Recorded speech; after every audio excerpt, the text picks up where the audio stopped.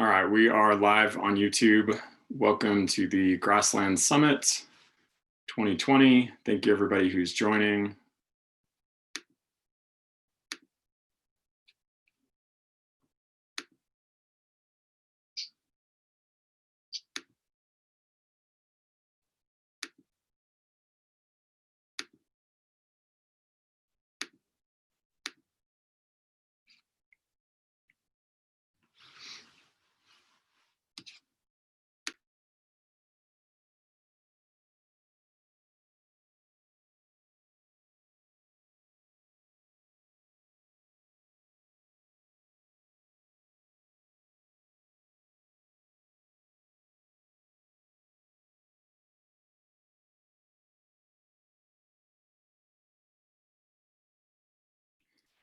And as we have people joining us, we are going to do the land acknowledgement that we offered last week from Monica. And so we're going to play that again because it was a great way to start last week. So people will be seeing that as we join, and then we will come back on and do a welcoming. We'll see if we can launch this.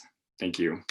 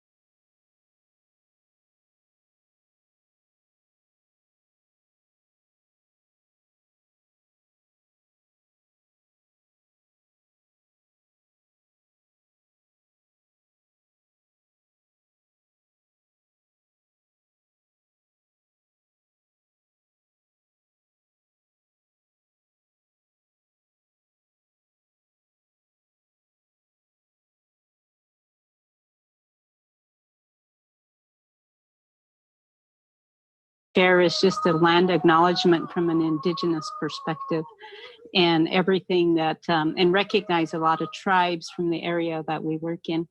I want to share with you, as our ancestors have taught us, we are only borrowing the land from our grandchildren. I also want to share that as Indigenous people, we consider ourselves part of the land. We are of the land.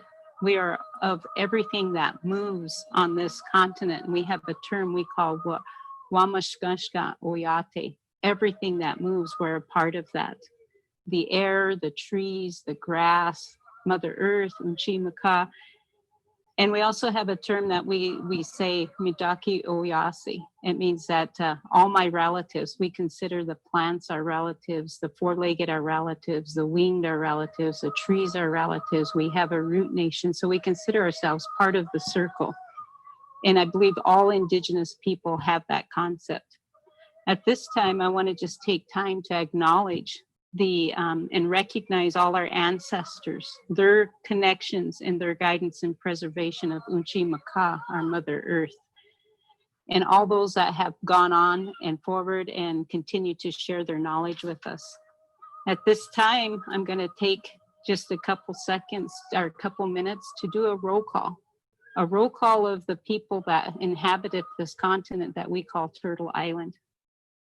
Chippewayan, Beaver, Cree, Stony, Sarsis, Blackfeet, Assiniboine, Ojibwe, Nobos, Flathead, Salish Kootenai, Mandan, Hidatsa, Arikara, Chippewa, Crow, Northern Cheyenne, Oceti Shakowi, Lakota Teton, Two Kettles, Blackfeet, Oglala, Sichangu, Hunkpapa, Minikanju, Itazi, Pachola, Yankton, Dakota, Sisseton, Wahpeton, Nakota, Ponca, Omaha, Winnebago, Fox, Iowa, Kickapoo, Pawnee, Oto, Arapaho, Missouri, Ute, Southern Cheyenne,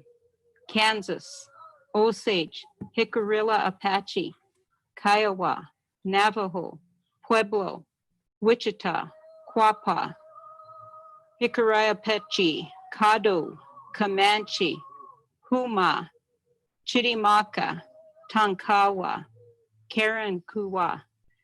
These are all of the tribes that I was able to find and recognize as being part of this landscape that we're working in and that we're considering part of the area and in the conversations we'll have in the next day. So I just wanted to acknowledge them and acknowledge those that walked on Unchimaca in the past, those that continue to, and those that are resting here in Unchimaca. Now the indigenous population, when we consider it, is less than 2% of the entire population. In the Great Plains, tribal land is approximately 10 million acres, very small amount of land amongst the tribes. I'll leave it with that, and I'll leave you to ponder the questions, how and why this has happened. I wanted to conclude with Unchimaca, Grandmother Earth is sacred to the indigenous people. Everything we have walked here, our ancestors lie here throughout. Our beginnings are here. All our relatives are here, and our future generations are here. So in acknowledging the land, and as we prepare to create a roadmap, I ask that we walk gently upon Unchimaca, that we be a good relative to all those that are the plants, the animals, the trees, the air, and that anything we do, we plan with a good heart, and we're mindful of the disruption that we create. I also ask that in all of this that we give back and we conserve for the next 7 generations, that in our planning we consider the next 7 generations. At this time, I want to say I acknowledge those who are of this space, the indigenous, and I just want to say thank you for allowing me to acknowledge, to do a land acknowledgement of all those that have been here, and to share with you all of the tribes that we have. Thank you.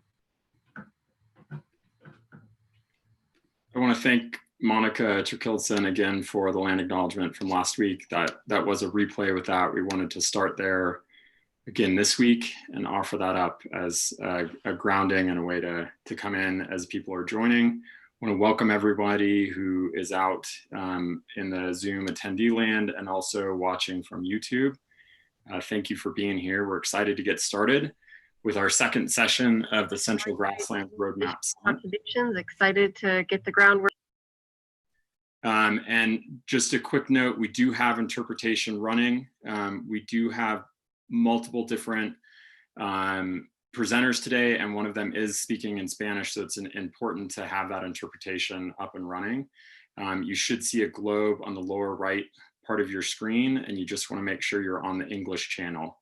If you don't have that set or you don't have access to that, you will be able to hear everybody else. But if you need interpretation at different times throughout the day, you won't have that unless that channel is on. There is a link posted on the website and here that has a quick video about how to make sure that setting is on if you don't have it yet, and we will post that as well in the chat. Our interpreter will do that as well.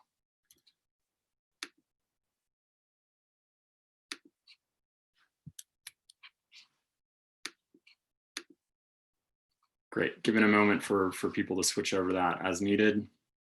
A couple other reminders that we just want to give as we get started today.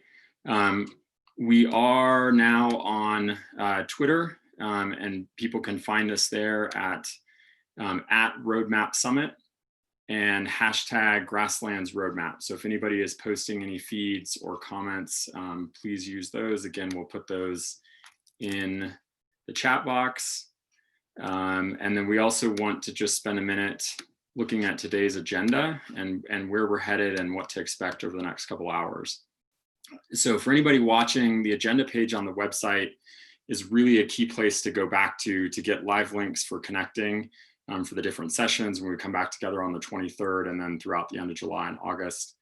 And this is also a great place to see all of the resources. If you miss a part of the talks, or if you miss one of the sessions, we are posting videos from each of the sessions here. They're broken out by the different panels. So if you just missed one of the panels or one of the talks, you can always go there. Our YouTube channel always has all the different videos as well. And anytime we have it, we can post the PowerPoint to the presenters. It's not possible with everybody who's presenting, but you can go back and access any of the names that are underlined. You can go back and access those PowerPoints. And that brings us to today. We're going to start off here in just a minute, hearing from leaders from different sectors. Really, really great talks from a number of the partners who are involved in this summit and who have been playing a big role in bringing it together. Some really great programs and ideas that are out there in the Central Grasslands.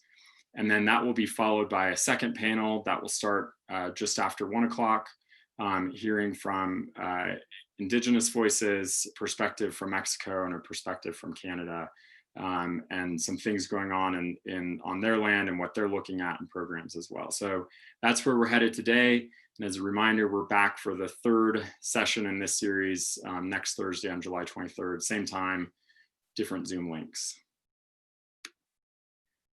With that, I want to introduce our first panelist for today, Jim Ekberg, and they're going to be sharing a variety of different thoughts. And the goal for this panel is really to set the stage for delegates to think about how we can work within that partnership and engagement and collaboration.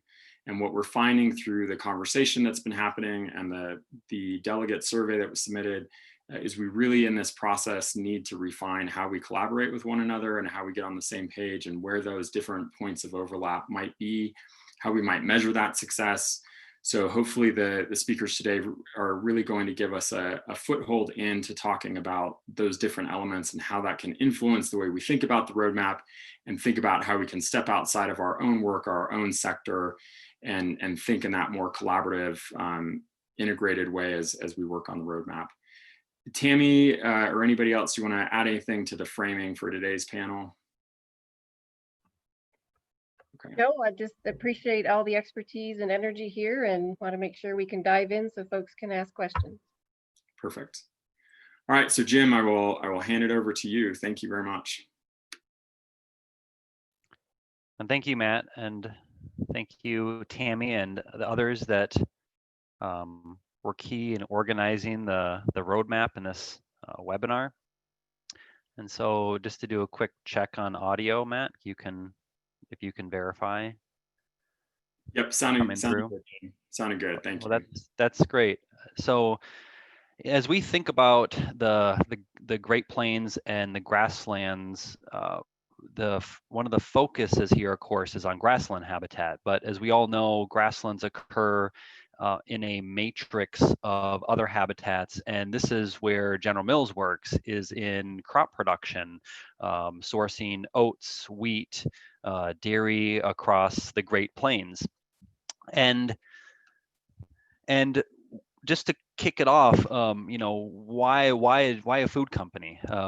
So General Mills, we've been in business for 150 years, over 150 years, and we recognize as a company that if we want to be in business for the next 150 years, we need to fundamentally rethink and redesign our supply chains, the environments where we source our ingredients, to build resiliency back into them, both from an economic as well as an environmental standpoint.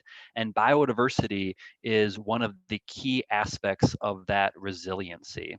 And so as we think about this today and think about new ways of working in new partnerships, we are very excited about the roadmap and the opportunity to collaborate on bird conservation and biodiversity conservation more broadly through our regenerative regenerative agriculture pilot. So I will just take 10 minutes to briefly talk about the issues that are facing agriculture, very briefly, what our regenerative agriculture initiative is, and get more into the substance of where we hope to collaborate and work together.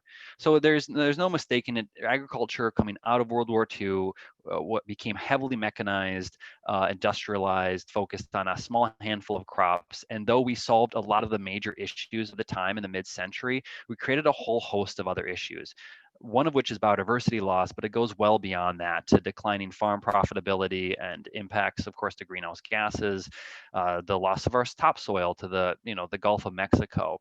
And we think that regenerative agriculture is the pathway back to that. So biodiversity, just to focus on this, we now rely on just a small handful of crops to support our food system, and this reliance on monocultures combined with reliance on heavy tillage and cultivation and the use of pesticides has really led to a loss of biodiversity in agriculture. And one of the biodiversity, of course, 40% of insects are at risk of going extinct, according to a recent paper of biological conservation last year. But we also know that the birds are vanishing. Even the common species of birds are vanishing at an alarming rate. And so we think that regenerative agriculture, if positioned right, could be a pathway to restoring biodiversity, bird biodiversity, and let me just check the comments there in case there's anything. Okay, restoring bird biodiversity on the landscape, but that's if it's done right. And this is really the crux of why why General Mills is here trying to engage, is we're here to learn how to position a regenerative agriculture in this way. So it revolves around these 5 principles that are all about context, that at its core is about implementing context.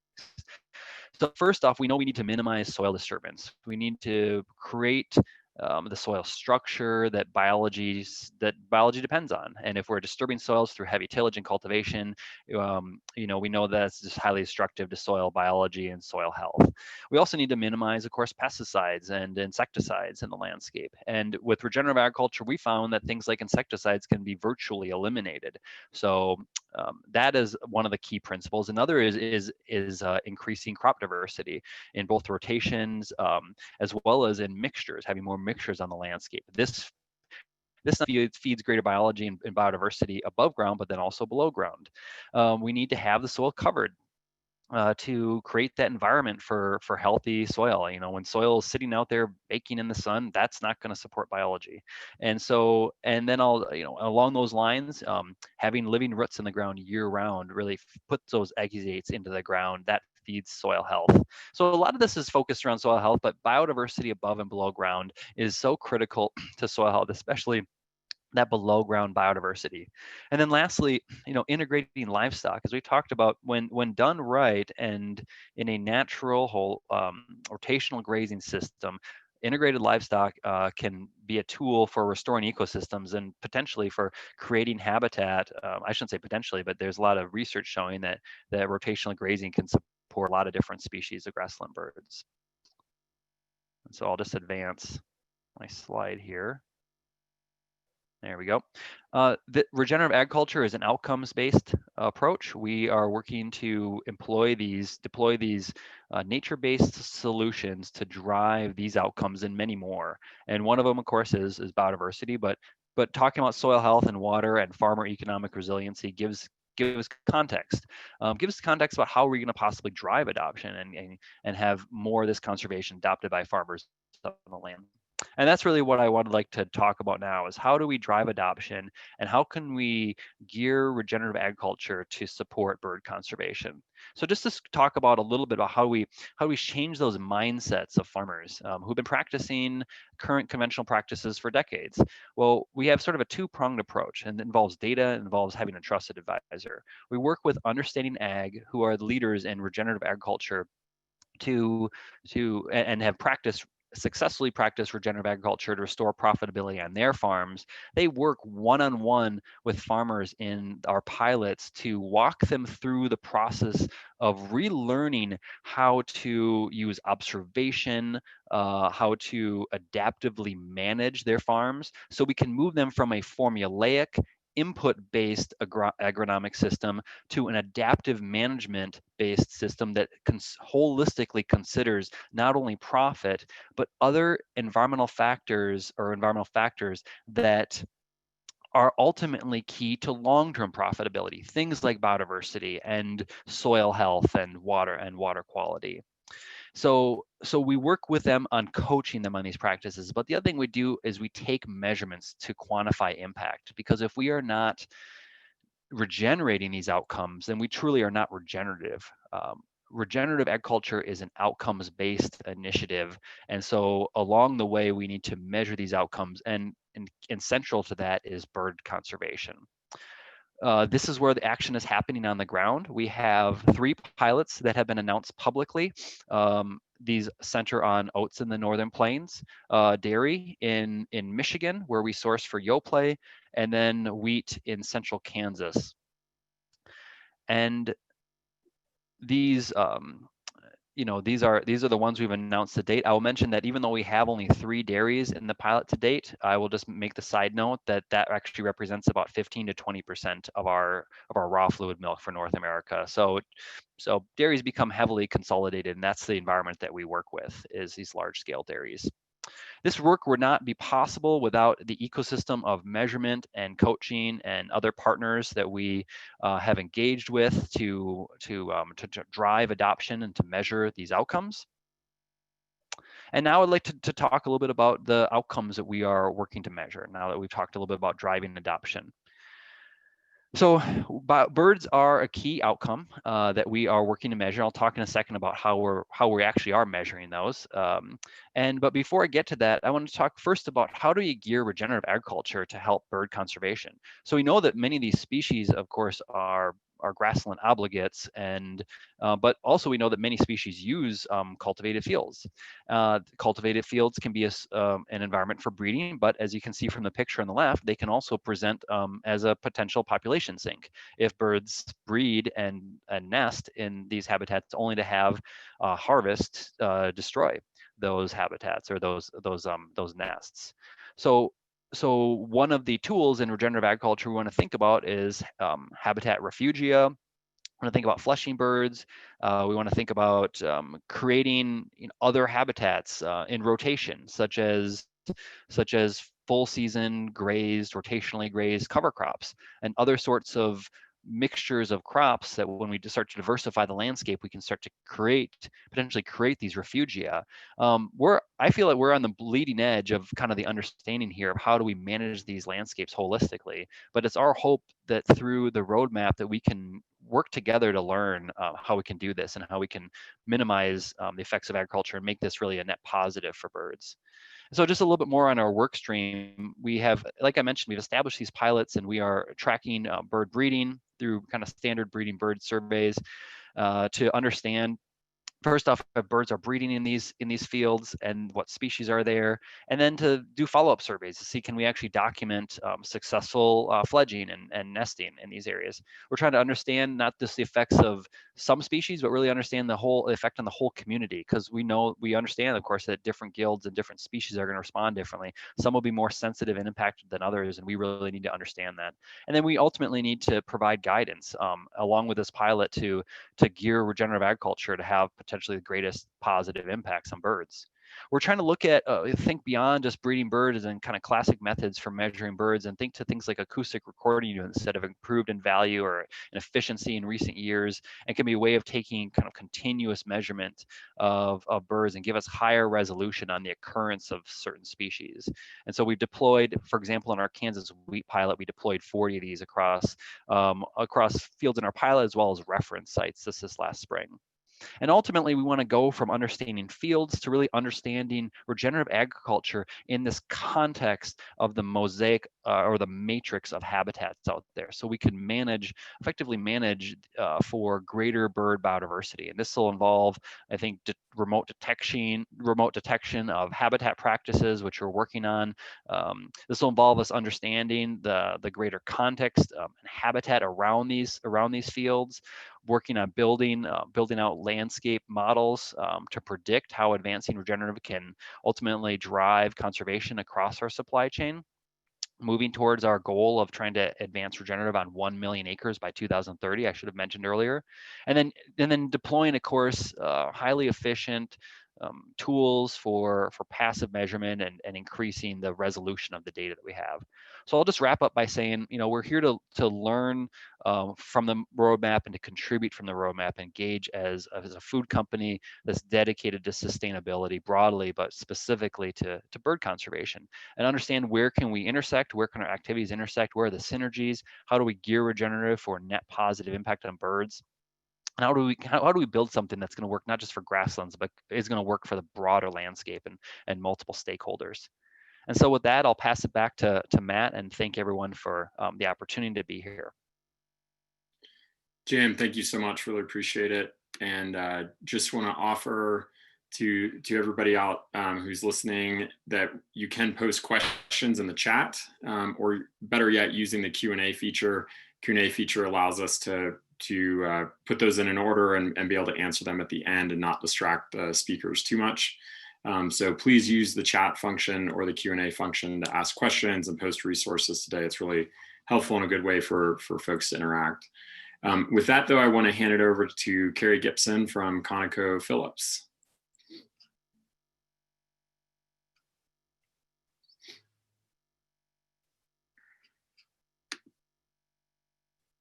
Carrie, we're not getting volume on you right now.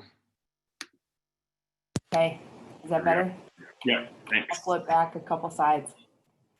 Thank you. My name is Carrie Gibson, and I'm a manager state government affairs for ConocoPhillips. I'm excited to be here today. Good afternoon to all of you. Our heritage of environmental care goes back more than a century. Both Conoco and Phillips were founded in Oklahoma, part of America's heartland. So we have heartland values, such as awareness to the wonders of nature around us. Our early operations were on the prairies and often in areas vital to migrating birds. So habitat preservation was a natural interest, and that's been handed down through the generations of our company and employees. ConocoPhillips is committed to stewardship of our Earth's environmental endowment. We consider this essential to earning what we call our license to operate. In short, that's society's permission for us to conduct business, but frankly, beyond that, we believe it's the right thing to do. Our employees live in the areas where we produce natural gas and oil. They are embedded into the cultural fabric of those communities that depend upon thriving wildlife populations. On the weekends, we enjoy being outdoors. We hike, we camp, we hunt, and we fish. Our livelihoods would be impacted just like yours if these populations were to be listed. After all, we've seen the magic in the faces of our children when they catch a glimpse of birds in flight. As I listened to the summit launch last week, it was incredibly motivating to accept the challenge that we have at hand. I believe an international effort quite like this is unprecedented. 3 countries and multiple states with key stakeholder groups represented, it's quite phenomenal. It's an amazing opportunity to join this distinguished panel today. Next year, the company will celebrate our 30-year-long history with the Playa Lakes Joint Venture Board. And our support of NFWF spans multiple decades. Personally, I grew up in a ranching family on the land where my dad still runs cattle with a little assistance from my family. One day, we will be able to inherit this land, and we'll be the 8th generation to do so. I wanted to share this pictures of my dad showing cattle when he was young, along with my sisters and I. I grew up in 4-H showing cattle, and I totally admit and realize that this is a whole different facet of the beef industry. But because of this experience, I can relate firsthand to the importance of keeping these lands in operation and the extent of collaboration that must take place in order to advance common conservation goals. Like you, we know our job is never done, but also like you, we remain committed to protecting the environment that we share. We work with strategic partners to invest in voluntary projects that contribute to the management of areas of national and international conservation significance. This includes partnering with communities and institutions to advance conservation efforts, practices, and build skills essential to slowing and ultimately reversing species decline. This deep commitment to species and habitat conservation is important to our operations, and it is integrated into the planning, exploration, development, and production of the lifespan of our assets. Since 2014, our spend on environmental philanthropy has been $40 million, but ConocoPhillips support doesn't just end with our charitable donations. Our employees and our leaders continue to take an active role in helping to support and steward projects and programs to preserve this national treasure. ConocoPhillips has been a proud supporter of Yellowstone National Park for over 100 years. Our decades-long partnership with NFWF promotes leading-edge solutions to improve habitat quality and landscape connectivity in ways that facilitate migrations of birds and mammals. We fund 3 important programs, but there's one that I want to, that will be of primary interest to you. Our Spirit of Conservation program is structured to conserve, protect, and restore important avian species habitat and support development of innovative conservation tools and practices. Since 2005, ConocoPhillips, NFWF, and the U.S. Fish and Wildlife Service have invested in programs with a total impact of over $40 million in the conservation of more than 315,000 acres of important fish and wildlife habitat. We also work with the world-renowned Smithsonian Institute to collect migratory connectivity information for several bird species of concern. This has provided information regarding unknown migrations, tested new conservation technologies, and advanced research collaboration across the Western Hemisphere.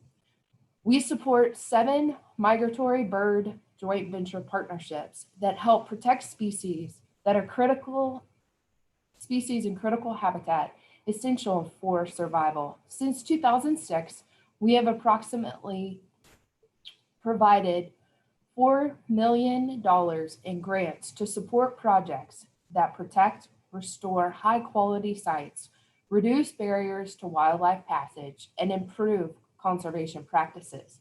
The diversities of partners that these JV bring to the table to deliver tangible solutions for conservation on the ground is the reason that we have joined this collaborative approach. We welcome the opportunity to fund the JV8 effort.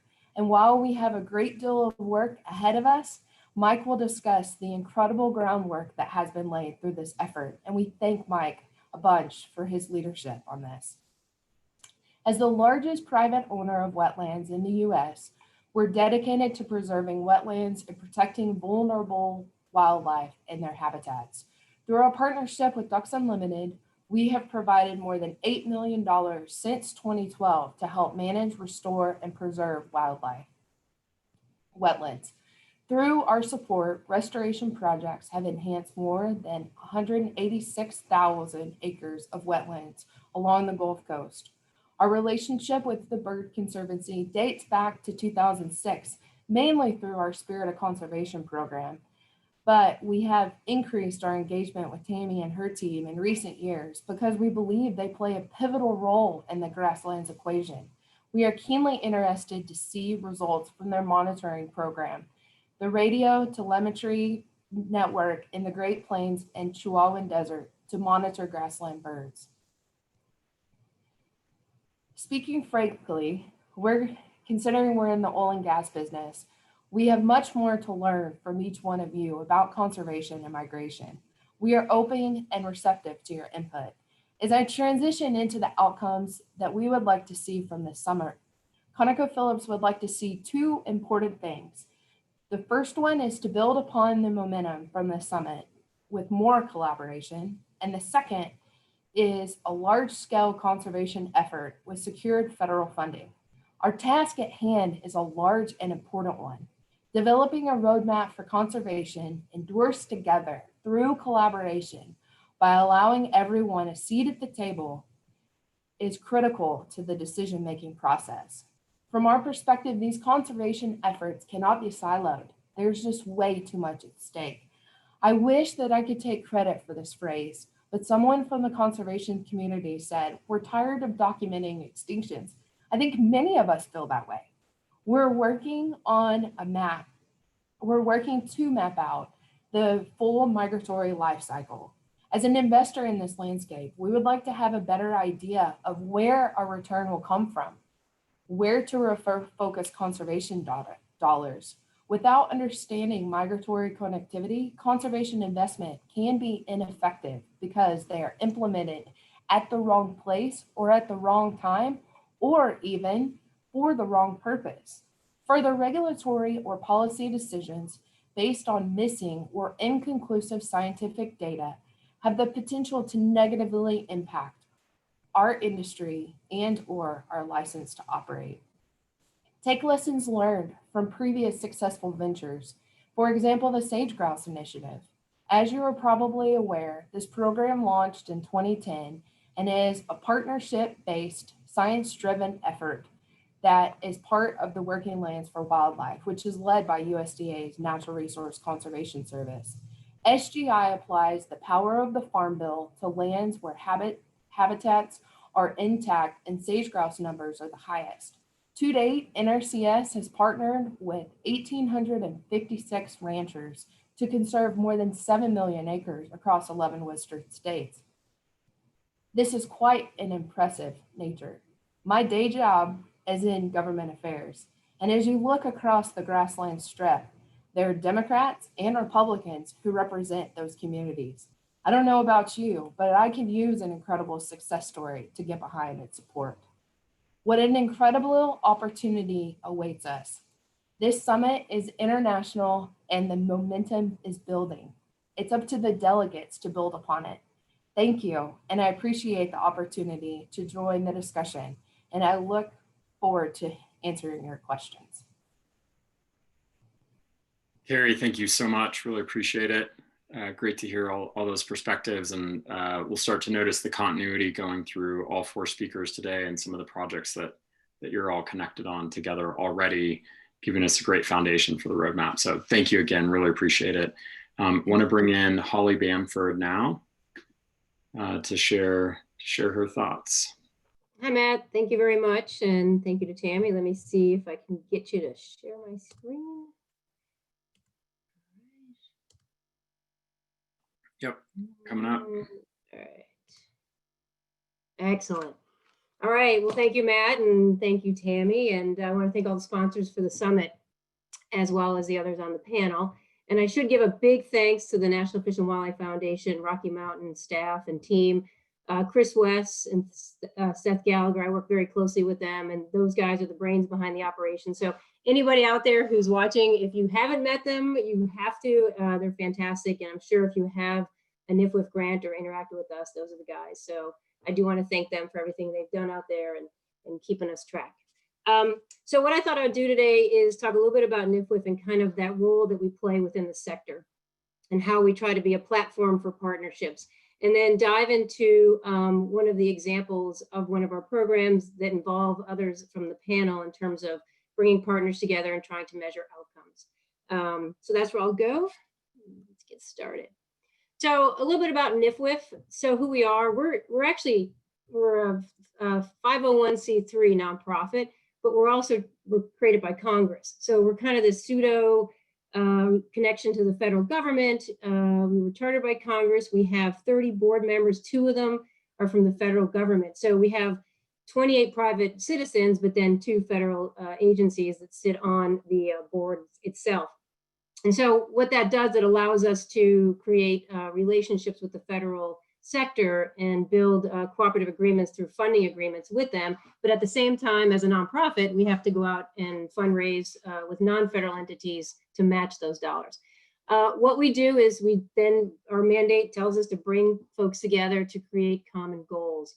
And what we do is pretty much put projects on the ground. We don't litigate, we don't advocate. So what that allows us, what you just kind of heard from Carrie, is allow us to bring Democrats, Republicans, and everybody together, all different administrations and all different corporations and foundations together, because we really focus to put on the ground conservation on the ground and not go into litigation, things like that. The map itself shows you we are region-based. These maps are not set in stone. For example, Chris and Seth clearly work in a landscape, and it's not a state boundary, but it's more of a landscape. So a lot of their work dives into Texas, dives into Nevada and Washington. These maps were really created many years ago at NFWF just to give us boundaries of where our regional directors are mainly responsible for. So we have significant regions, of which the Rockies is a fairly big region for us. In terms of investments, we've funded since our inception. So we're about a little over 35 years old, and we put about 20,000 projects on the ground. And we do that. We don't go out there and do that. We fund organizations, many probably watching the summit, because we need to invest into the local organizations, the national organizations who really get the job done on the ground. And at any given time, we have about 2,500 projects under management. So one interesting thing about NFWF is we have this machine behind us that allows us to track and monitor and assess a number of grants at any given time. So how do we do that? These grants are not just random acts of kindness, but they're actually interconnected, and they're interconnected in various ways. And the first way is through partnership. And kind of to go back to Carrie's example when she was talking about the Spirit of Conservation program, that is a really good example we can use here to show how we bring partners to the table. In that case, we basically provide a platform for non-federal partners to come together. In that instance, you have ConocoPhillips coming in. And as she mentioned, we have the Fish and Wildlife Service coming in on the other side. And what we're doing is providing that foundation to build a public-private partnership as well as science-based strategies. And what that does is it brings the partners to the table who have various goals and work together to establish a common goal. And then from there, those resources are put on the ground through competitive grant programs, and they're guided by these business plans that were approved by the partners. And what this does is it really stimulates not just the existing funding partners, but others to come to the table. Since then, we've had NRCS come to the table. We've had other parts of Department of Interior come to the table. We've had foundations. So it really galvanizes interest because it's providing some sense of partnership, leverage, and goals. Very similar to where the Grassland Roadmap is going. In terms of the role we play is we are working across 16 federal agencies and 45 plus corporations and foundations. So these all kind of work together in various programs that we have across the country. And it's an art, really. What Chris and Seth do is an art, bringing the partners together, because everybody has different mandates and requirements. And what we try to do is find that commonality. So we're very excited about this Grassland roadmap, because again, anything that provides us boundaries that we can work in is extremely helpful. And we have a very similar at NFWF, what we call the conservation framework. So it's a very similar framework that's being discussed here at the summit. But what it has is 4 main pillars that are really important to us as well as to our partners.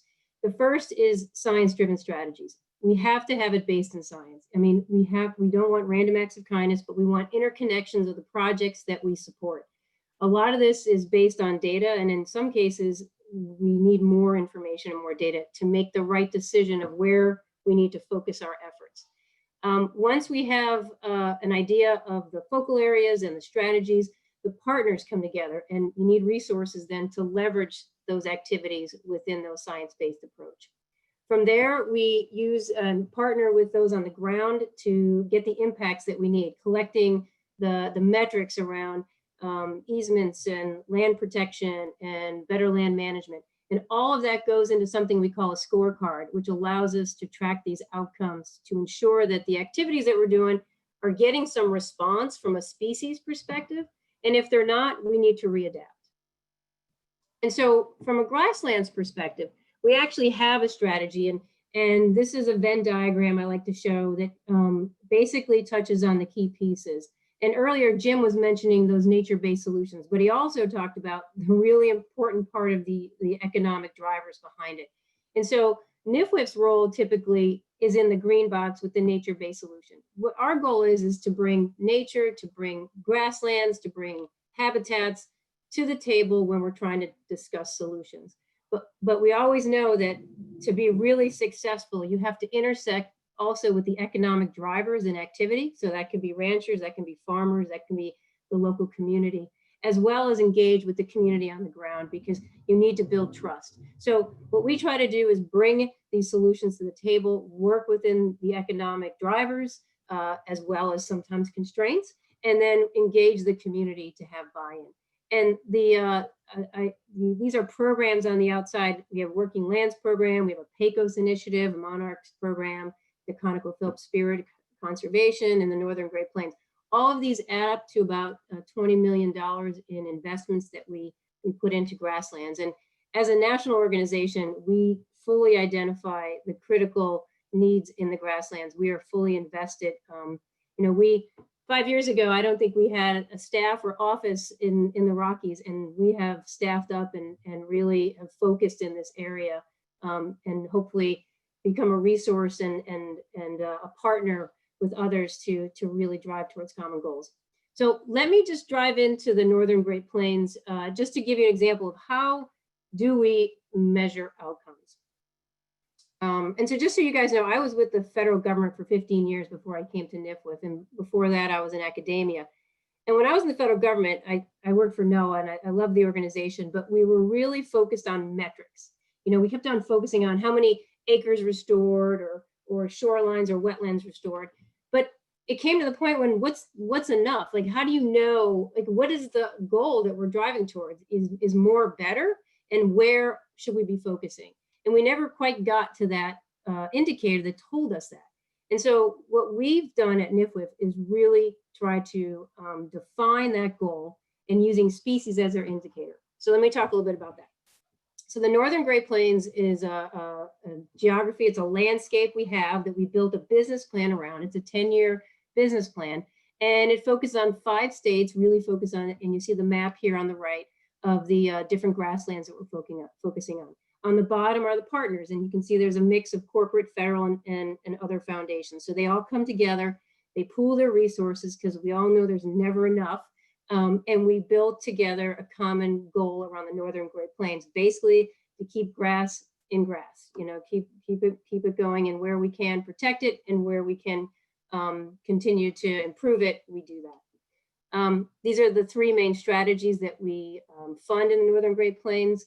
It's habitat protection, it's improved management, and restoring unproductive cropland where we can. And so to date, we're in our 4th year of this business plan, and we funded about 100 grants within the geography. And we've also incorporated monitoring. So what happens with those 94 grants? So basically, the business plan has habitat goals. And so we have a number of goals. I'm only presenting 2 here that are of significance, but basically we have an acres improved under management goal of 5 million acres, and then acres protected under easements about 1 million. And we selected these in various focal areas based on scientific information around grassland birds. So, where should we be doing protection, and where is there opportunity to improve management? And so we're in our 4th year, and as you can see, the grants that we funded, those grantees are ticking along. And if anybody's a grantee, when you get an NFWF grant, we ask you for your metrics. Well, that's exactly where these go. And all the different all those dots on the map are interlinked within our scorecard and our business plan. So they're not differently random projects, but as we sit down with our partners to select those grants, we really focus on where are we going to maximize our investment in terms of improving management, improving grasslands, and protecting grasslands. So then as we tick along, then how do we know if we're on track? Well, we've created a species goal, and what we've predicted through modeling protocols is to see when we improve grassland and we increase the capacity of that grassland to support a certain number of birds, we want to bring that up to a level where it can support enough birds to be what we would consider productive. Now, let me give you an example of where we've done this. So of those grants, a number of them we've funded in this chart. You'll see the x-axis has a control, has an investment, and has a region. So the control is a control site within our focal areas where we have not done any improved management on grasslands. And the investment site is an area where we have done improve management in our focal areas. And the region is basically an overall general region level of density for the Northern Great Plains. And as you can see here, now this is very preliminary, but what it tells us is that as we continue to do improved management, that is working with ranchers to do better management, basically being productive, but also being productive in benefiting birds. And here you can see that the investment actually is statistically higher than what we get from the control site. So the good news is we know that it's working, but there's still a lot more to do and a lot more information that we need to gain. And that leads me to this next slide, which I think is my last slide, which talks about where do we go from here? And as we look at a framework for grasslands, we really need to look at the entire life cycle. And I think we heard a little bit from Jim early on, and I know we're going to hear about it from Mike, is that we really need to look at what are these birds doing both in winter and summer? You know, where are they going? And so that's going to help us better understand where we need to invest. Where do we need to have those focal areas? So we have a better understanding, more data to know where these birds are going. So then we can, as a community, work together to improve management, easements and so forth in those places so we can improve the overall populations of these birds. So I think that's it. I put Seth's information here because, as I said earlier, these guys are the ones that have all the knowledge in the region. But if there's further, I'll answer questions today, but obviously going forward, Seth and Chris are your leads. Thanks, Matt. Holly, thank you so much. That was great. And just want to underscore for the delegates, part of that conversation we had yesterday too, that those metrics and some of those outcomes that you're looking at the end of these projects or working towards are going to be really important for the roadmap. Mm-hmm. That's one piece that we didn't get finished through the delegate survey that we sent out in June. That's kind of the one gap where we don't have anything down yet, and that's going to be really important. So thank you for sharing those and all of your insights. Really appreciate it. And we'll come back in a few minutes to do some more Q&A, but we want to bring in Mike Carter to share his presentation and wrap up the speaking part of this panel. So Mike, if you are ready to go. I am. Great, thanks, Mike. So this is Mike Carter. I'm the coordinator for the Playa Lakes Joint Venture, and I'm here representing the JV8 Grassland Initiative. And I just want to start off with this map and say that's a great concept. Joint ventures coming together to address that landscape. My goal today, though, is to take you much beyond a concept and really fill you in on details about what the JV8 is all about. One of the first things that I want to mention, okay, I skipped a slide there. The next slide is all the coordinators that are involved in the JV8. That's just not projecting, but it's been really, really wonderful to work with these people. I'll show their names here again in a minute. But then the second question is, why are joint ventures in the sectors part of the program? And really, joint ventures are the place where partnerships are built. By the very name joint venture, it's where people come together. So we did a quick survey of our management boards, and just on our management boards, we represent 72 entities. When we start doing projects, the number starts going to 200, 300 directly involved, and literally thousands of others that are involved in the joint venture program. So I want to talk about birds just a little bit and ask everybody to superimpose that image on their brain, the northern extent, the southern extent, the southwest extent, and then just look at how the joint ventures are positioned under the JV8 initiative. And those are the folks and those are the authors of this talk right here. And these are the people that are building the JV8 program, but almost a perfect overlap with lark buntings and the ability to address that landscape and birds that move among that landscape. And just a quick shout out to the birds that are involved here. We have Canada involved, we have US involved, and we have Mexico involved. But if you look at these birds, these are trinational birds. These are the birds of North America. These are the birds that are nearly endemic to this area. This is our responsibility as North Americans to really save the populations of these birds. So what has the JV8 done so far?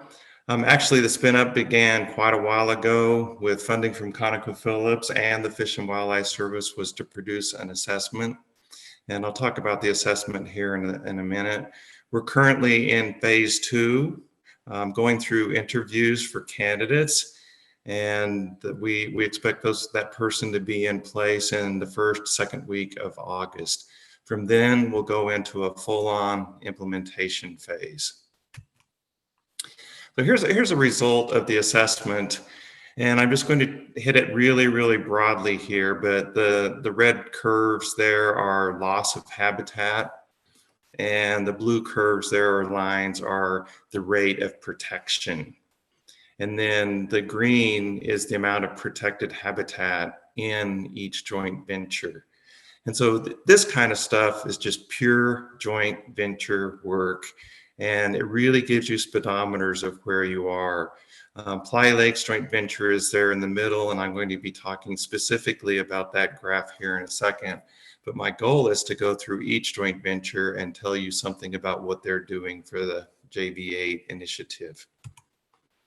So when I talk about what the JV8 initiative is, I showed you the work plan, but really behind the scenes, what we'll be doing is to scale up what works best, develop programs that are missing, probably most importantly of all, learn from each other, and then foster regional solutions or local solutions. It can go either way, local to regional, regional to local.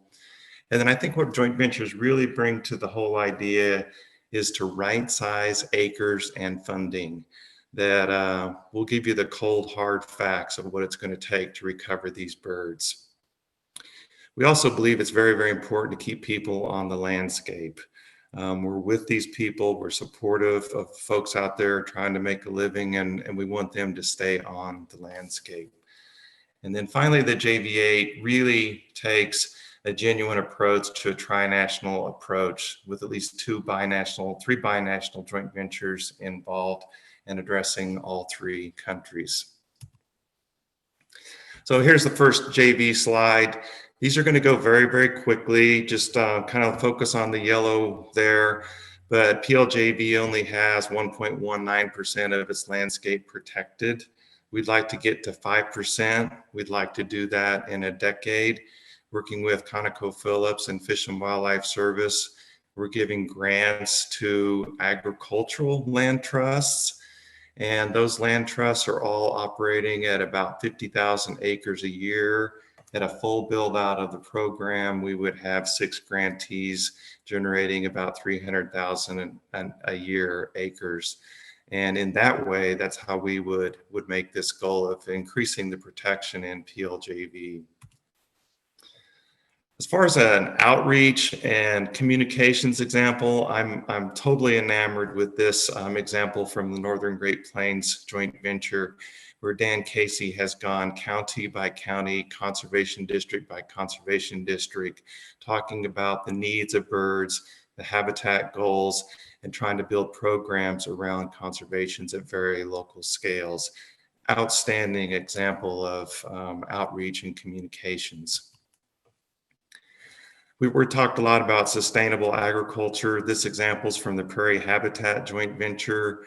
The idea that working with the ag community directly to make activities more sustainable, the Canadian Roundtable for Sustainable Beef, Sustainable Crops, and actually using human dimensions or social science data to figure out what's important to people.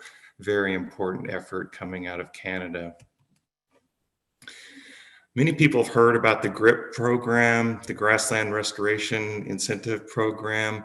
This is the home of GRIP, Oaks and Prairies joint venture. Lots and lots of big numbers there. But what they've developed is a very practical program to receive funding, work with landowners to restore grasslands, and then evaluate those results. These guys get it as far as putting habitat on the ground. Speaking of getting it, Prairie Pothole Joint Venture, the home of wetland bird conservation, is really stepping up on land birds.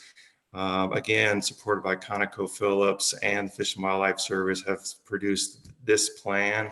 But where it really becomes meaningful is when you look at something like the decline of Sprague's pipit and how many acres you have to put on the ground each year to reverse that trend. And it looks like a long, drawn out effort there. But for me, I'm totally enamored with the idea of someone telling me that it's going to take 25 years to make this happen and to have the numbers and be able to demonstrate how it's going to happen. It is so, so different than someone saying, well, we just need to put more habitat on the ground. And then as far as how you put habitat on the ground, this is an example from Rainwater Basin Joint Venture. How do we make habitat for 13.5 million grassland birds? And we do that through managing eastern red cedar invasions. We have a goal of 420,000 acres annually. And then to keep the grass and the invasion happening into the grassland, have a fire return frequency of 1 to 10 years, with an ultimate goal of 500,000 acres of grassland being developed. Then speaking of binational, this is really a great example from the Rio Grande joint venture, taking everything that is known from the joint venture community and developing a plan that operates binationally. This is incredibly important as far as binational work, to take what is done really well in one country or what is done really well in another country and combining that into a strategy that works for both countries and works for these birds that move among the countries. And then finally, an example of evaluation. The joint venture is really strong on evaluation. This one from Sonoran Joint Venture. It's critically important to understand what data you have before you do more monitoring and to make sure that you are already evaluating the effects of things that you're doing out there. So this is the Borderlands Avian Data Center, also an outstanding binational effort. The idea of understanding and collecting data among two countries is just amazing work. The URL is down there if you'd like to visit that.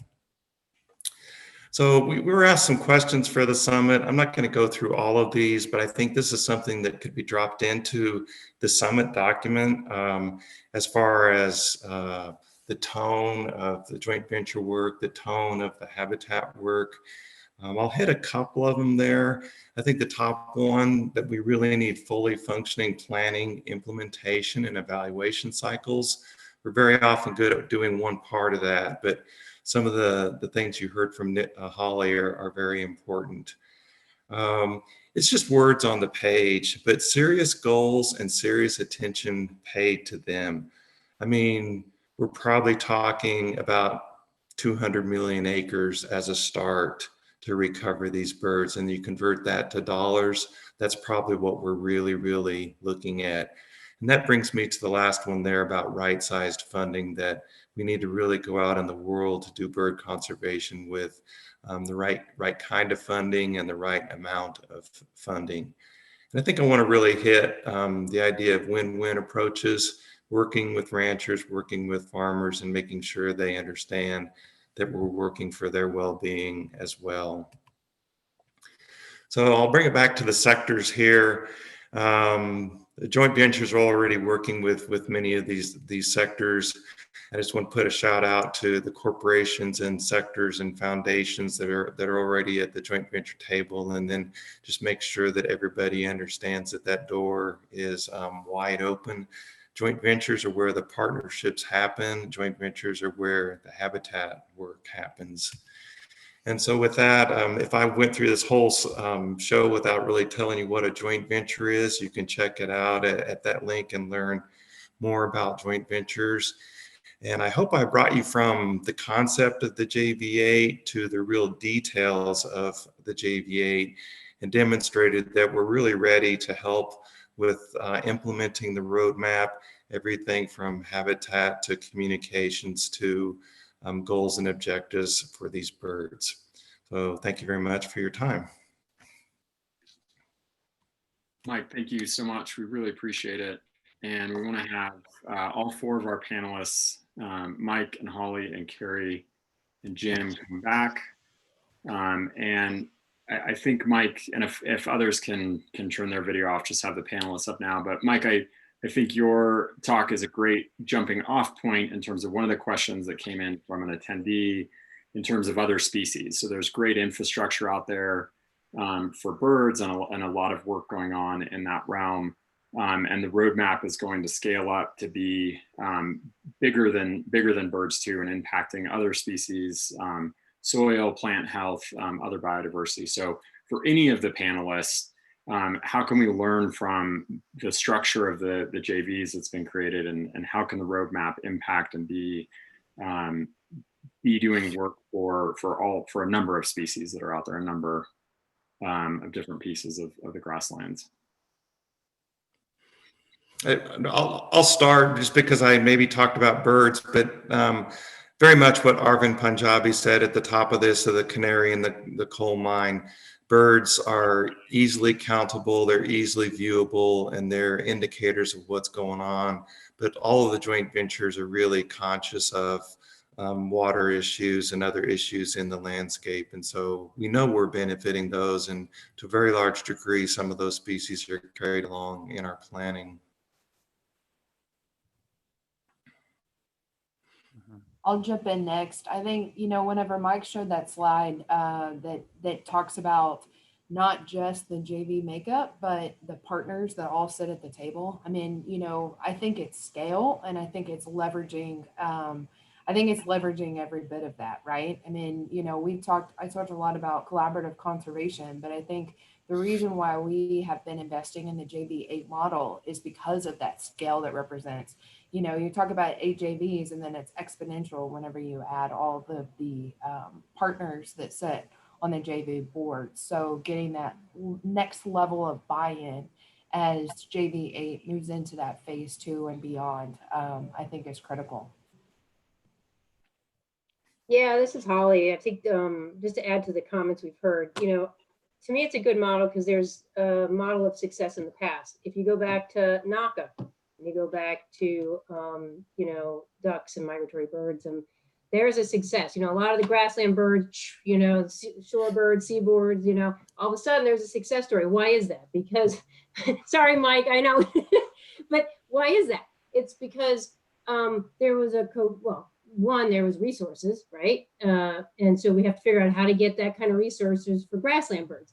But when you have a cohesive group of people leveraging each other around a common goal and identifying those focal areas, and then also knowing how much is enough and where to focus that, there are nuggets of success. And I think that's the value of looking at the big, the JVA, to say, okay, there's a success out there that we can look to model. It's similar to NACA, and we could do that here. And then the question is, how do we get there? And I think the roadmap is going to help us galvanize that. Those are all really great points. And I'll just add that, as we think about how do we advance regenerative, how we do it today is with coaching. And we're trying to bring regenerative agriculture to support bird conservation. But as we think about ways of working, the flip of that is, well, how can we bring bird conservation to regenerative agriculture? So how can we kind of embed those like multiple benefits of bird conservation, the programs that you were talking about, Mike, and others have talked about, to work with farmers more closely and work with them, primarily with the initial goal of bird conservation, but expanding out to all these other benefits. Just like different ways of working, and ultimately we're trying to get to the same place, which are functioning working landscapes that are great for biodiversity as a whole, and kind of figuring out those ways of working is a big reason why we're really excited to be part of this. Great, thank you all. Another question that came in, really, I think for Conoco and General Mills, but I think it relates to this topic and thinking about collaboration and how everyone is coming together to work on these different pieces. But are there things that ConocoPhillips and General Mills and others are able to do to influence other corporations and other partners that are out there to step up and do the same level of work that you're all doing.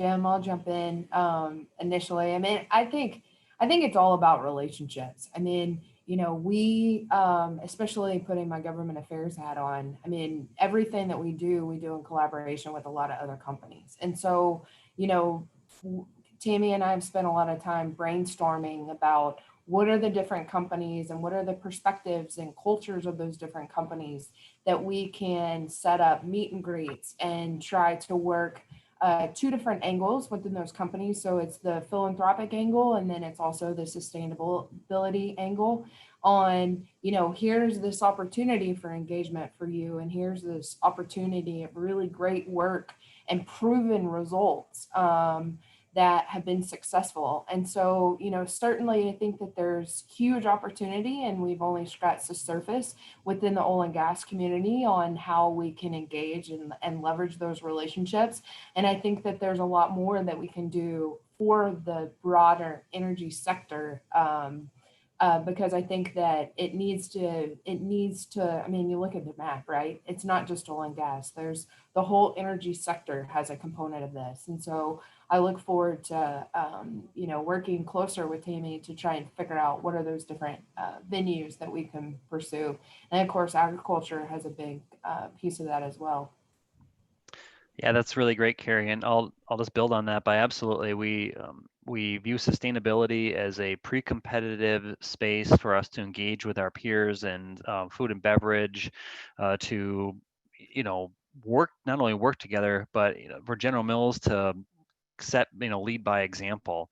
And so we you know, want to share information in sustainability. We want to, you know, try to drive those goals. And I think the example that we can set here with the roadmap, I hope, will be motivating to other food companies that can join us. Yeah, Mike or Holly, anything from your perspective as you brought in different partners and folks into your work? No, I mean, just a shout out to ConocoPhillips and everybody that's been working with us. They really do this work. Carrie on the public relations side, they're active on the Hill. And so it's just not, you know, everybody on the bandwagon. They're actually doing this work and actually believe when they say these things that they're going to bring more corporations to the table. It's really, really exciting and really, really gratifying. Thank you, Mike. Yeah, I would have to agree. And you know, we, in the past, in some of our programs, usually the fed resources would come to the table first, and that would be a really good incentive to bring the non-fed. But I have to say, in a lot, what we're seeing now is a flip, and particularly with you know, oil and gas, in a sense, where they're stepping up, and their presence is now bringing in some of the federal agencies to the table. So it's kind of nice when, you know, I think when, you know, Billy comes to the party, then Jane comes to the party. You know, it's like who's coming to the party, and so that, I think that the leadership we've seen from, you know, the ag industry, food industry, oil and gas industry, others, has really helped bring others to the table. Great, thank you all, appreciate it. And just as a heads up to some of the attendees who can't see it, we have had some other questions come in that were very specific to one of the talks. We've recorded all of those. They've done a great job answering those already, and we will post those on the website so people can see some of the other questions that we won't be able to get to. But I want to invite other folks to ask questions at this point. Jim or Seth or Tammy, if you've seen anything come in that you want to bring up. We're coming down to the end of our time for this panel, but just want to open it up for questions one more time at this point. I can jump in with one. I'd like to ask to Mike about the thinking about focusing regionally and then acting locally. As you work to build networks out of farmers and ranchers that are working on conservation, can you talk a little bit more to the social network that you can try to create, the mindset shifts you can try to create in those communities, and then how those can maybe scale to regions? Yeah, it all starts with working with people and understanding what's important to them. And so my joint venture away from the grassland focus has really been working on aquifers because playas recharge the Ogallala aquifer. But that's how we go into the meetings, and then we find champions for that cause. And I think I've heard in your talks the very, very similar approach of finding the community leaders. Bird Conservancy of the Rockies talks about contagious conservation, the idea of demonstration areas, but that's where it all starts. That's where we have the capacity to do something. So no matter how local, work with people locally, build a success there, and then find the money to export it. It's been proven over and over as the way to do business.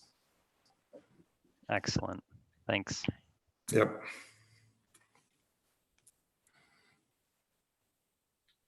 Any others? Great. So those other questions often have come in afterwards, and we will post those and get those out, and we will make them available on the website so people can see them. Some good resources that have come in as well, and dialogue there. So want to thank all of the panelists, Holly and Carrie and Jim and Mike. Really appreciate your time today, your insights, all that you've been doing and all that you've committed to do for this roadmap. Clearly, this is your role, and what you're doing is a huge part of this. So thank you. We give you the virtual round of applause. That's the hard part about speaking virtually, is you don't get to hear the applause afterwards, but thank you all. We're going to switch gears. Yeah. Thank you. Thank you. We're going to switch over to the other panel. So I want to invite Nick and Maria and Christian. And before we do that, just want to do a quick reminder on our interpretation channel so that everybody has it up and running. If you're not already, there's a little globe on the lower right-hand side of your screen, and you just want to switch it over to whether you need to be on the English channel or the Spanish channel. Once you do that, you do not have to toggle back and forth. That's the role of the interpreter. So stay on the channel that you need. So if you need to hear things interpreted from Spanish to English, be on the English channel. If you need to hear things interpreted from English to Spanish, be on the Spanish channel.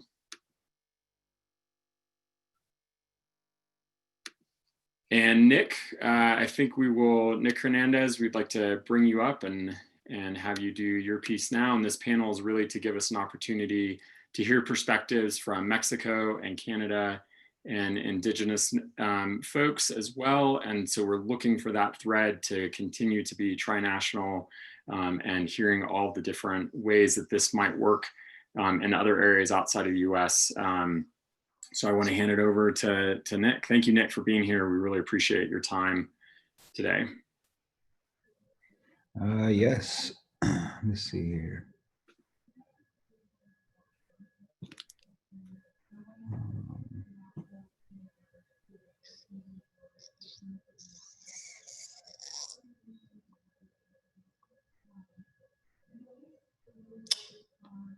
Okay. Oh.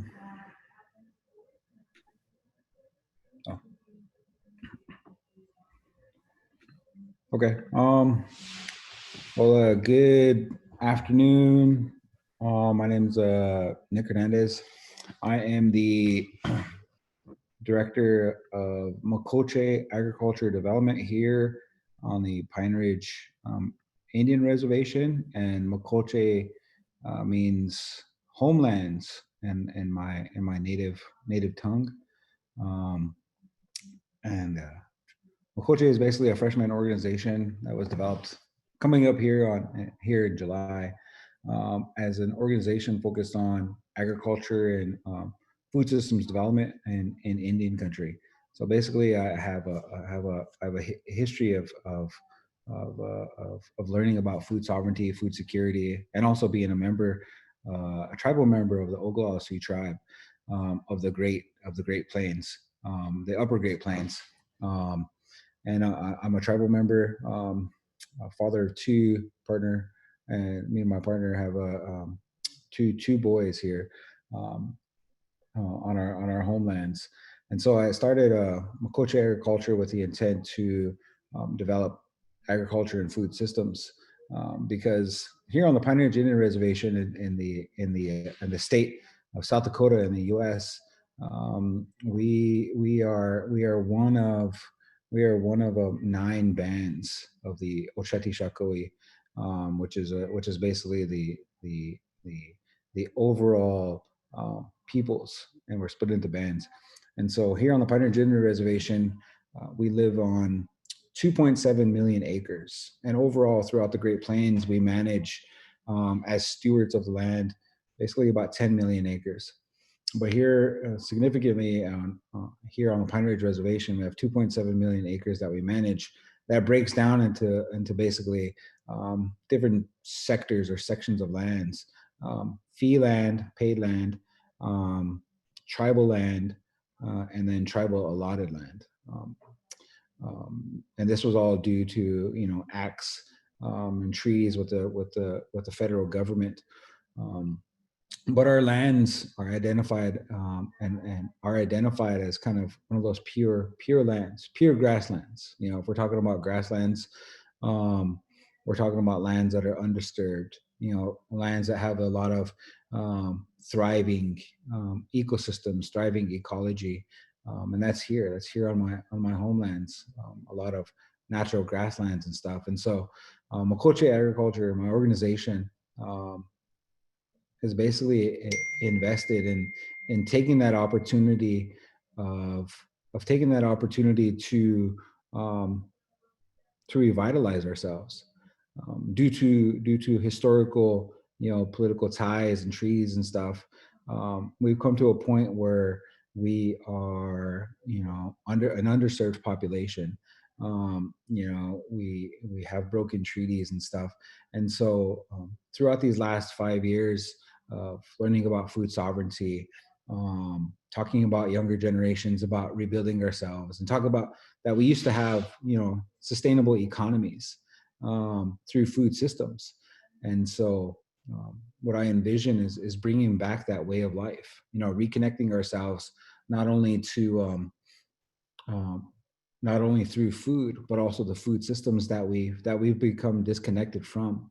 And so here we were basically 2 generations separated from hands in the soil, 2 generations separated from being connected from our food sources. And so the intent from Mokoche Ag, in partnership with other local grassroots organizations, is to rebuild a food system that will help us develop ourselves as a people, develop an economy that doesn't exist, but also reconnect ourselves back to an environment that we've seemed to have forgotten. We've adopted to Western thought, to Western styles, to Western trends, and so Mokoche is fully invested into taking back our livelihoods, and we're seeing that now in this time of a global pandemic, how disconnected we are from our food and food systems. Relative from our livelihood of Unchi Maka, of the earth, the soil, the water. And so as you hear throughout continents, as you hear throughout regions, as you hear throughout communities, we need to get back to that way of life. We need to get back to that connection, because our disconnect is basically our pandemic right now. And so Mokoche is invested in those small opportunities of rebuilding food systems, utilizing our land to create these systems, working with modern technologies to build grocery stores, build processing centers, but also reconnect ourselves through holistic, traditional ways of meats, reconnecting to foods, fruits and vegetables and stuff, and being able to pass that on to the next generation. Because right now, like I said, we're 2 generations separated from understanding anything that grows on our homelands. And so a lot of indigenous people, a lot of native people want change, and in the reality are changes in how we reconnect with our food and our food systems, and how it makes us feel, because food in its natural state in its natural state is more healthy than anything that we consume. But we live, and that's the intent of Makoche Ag, is to create those systems that don't exist. We have statistics that put us up against the wall. 50% higher, 500% higher diabetes rates. Statistics that are all associated to what we consume as a people due to Western trends. And so the intent is to create to create these systems that are more visible, that are more local, that are more determined to recharge a people, that are more determined to recharge an economy, to recharge a social environment, and to utilize everything in our surrounding ecosystem. And for us, we are people of the Buffalo Nation. And when we're talking about grasslands, when we're talking about ecosystems, one of the keystone species is buffalo.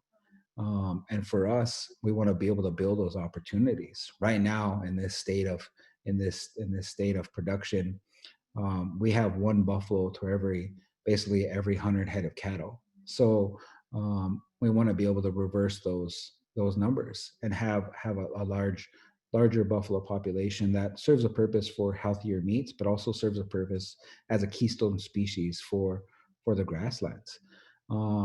And the numbers are low in comparison to the markets of, to the economies of cattle. But we got to think about those keystone species that are real significant if we're to understand our reconnectiveness to our environment, to our ecosystem. And that all comes with foundational education. A lot of this stuff is not learned. A lot of this stuff is mainly hands-on and interactive and becoming involved with the outdoor, with our environment. And so Makoche Ag is invested in partnering, in bringing in those opportunities to flourish, but also bringing in those opportunities for funding opportunities, so that ideas like this can move faster to more fruition, so that they benefit the people who see the value in that reconnectiveness, but also the value in acquiring more healthy food, and building economy, and providing more education and more programs. And so the strategies are there, the ideas, the plans are there, but philanthropy is out there looking for opportunities, and as indigenous people, as peoples in our communities, we have the ideas, we have that grassroots thought, and especially we have generations of reconnectedness that need to be that just basically needed to be dusted off, that basically needed to be retaught on how we live in these environments during these times. And right now is that huge opportunity to reconnect in a time of a global pandemic, which is taking major hits in the Western society. Indigenous thought, indigenous education, and reconnection to our land is one of the key things that we need to do in order to make a healthier future for the next generations. Nick, thank you so much. Really appreciate your insights there. And we'll come back around at the end to some Q&A. And you were building on some ideas there, but I would just kind of put a note in terms of thinking about how this roadmap specifically could set you up for what you're doing at Makoche to be successful. Like how can it play a role in your work? And so I'd love to hear some more on that when we come back around to the Q&A. But thank you so much for your time and thoughts today. And we want to switch over to Maria. And Maria, if you are ready to go. Sí. Great. Thank you, Maria, for being here today. We really appreciate your time as well. And thank you for working with us yesterday. Take it away. Muy bien. ¿Pueden ver ya la presentación? Ok, bueno, soy María Elena Rodarte García, directora de la región norte y Sierra Madre Occidental de la Comisión Nacional de Áreas Naturales Protegidas. Y a nombre del comisionado nacional, el biólogo Roberto Aviña Carlín, les extiendo un agradecimiento y un saludo. Y vamos a presentar lo que estamos haciendo en la Comisión Nacional de Áreas Naturales Protegidas, particularmente en 2 regiones donde se inscribe toda la superficie del desierto chihuahuense y en particular las áreas de pastizal. Los pastizales nosotros reconocemos que son benéficos para el desarrollo de la humanidad, ya que los granos que se consumen a nivel mundial son el maíz, el trigo, el arroz centeno, la cebada y son del grupo de los pastos. Por lo tanto, consideramos, igual que los otros panelistas, que la relación entre el desarrollo agropecuario, agrícola y ganadero, y el manejo de los pastos es una relación histórica que también ha contribuido al desarrollo biocultural de la humanidad. Reconocemos que el desierto chihuahuense es una gran ecorregión binacional que abarca 63 millones de hectáreas, donde el 75% de la superficie se encuentra en México. El desierto chihuahuense, nosotros lo reconocemos y lo hemos estudiado, contiene una alta diversidad de endemismos, de plantas y vertebrados, y sostiene a más del 90% de las especies de aves de pastizal en el oeste del continente. Funciona como el sustento indispensable para sostener la alta biodiversidad y provee de servicios ambientales invaluables, entre ellos el forraje, el secuestro de carbono, la generación de suelos, la prevención de la desertificación, el mantenimiento de nutrientes, la regulación del clima, es hábitat de numerosas especies de pequeños mamíferos, de aves, de reptiles, de insectos, en fin. En la actualidad, los pastizales solamente ocupan el 15% de esta ecorregión, por lo tanto, se considera que ha sido drásticamente reducida la superficie, particularmente en los últimos 50 años, derivado de la expansión de la frontera agrícola. A mediados del siglo XIX se reporta que los pastizales nativos prácticamente estaban libres de arbustos. Sin embargo, ahora vemos que la mayor parte de la superficie de pastizales tiene no solo pastos, sino también otras especies de mayor tamaño que en muchos de los casos han sido introducidas. Debido a su manejo inadecuado, se encuentran en un proceso de gran degradación, ¿verdad? De una degradación ecológica importante, derivado justamente de la ganadería mal planificada, desordenada, con una capacidad muy grande de cabezas de ganado, ¿verdad? Es decir, con un gran número de cabezas de ganado. La urbanización, ¿verdad? Es decir, el crecimiento de asentamientos humanos, de poblaciones, también ha dado paso a lo que es la fractura de los pastizales, la pérdida de esta gran superficie, lo que le llamamos el cambio de uso de suelo, la presencia de especies exóticas invasoras, sobre todo especies que han sido, especies de zacates, ¿verdad? De pastos que han sido introducidos en muchas ocasiones por los propios programas de fomento ganadero y agropecuario, por el fomento que hace el gobierno a través de subsidios a los dueños de los ranchos y a los ganaderos particulares, ¿no?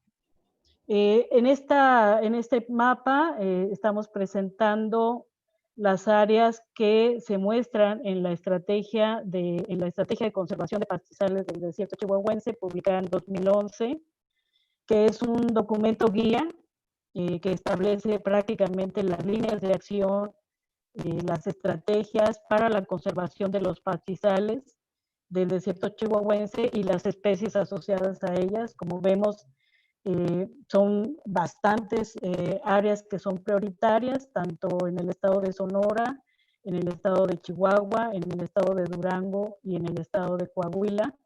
Algunas de estas áreas coinciden con áreas naturales protegidas de carácter federal, que son competencia de la Comisión Nacional de Áreas Naturales Protegidas, ¿verdad? Que están decretadas por el presidente de la República.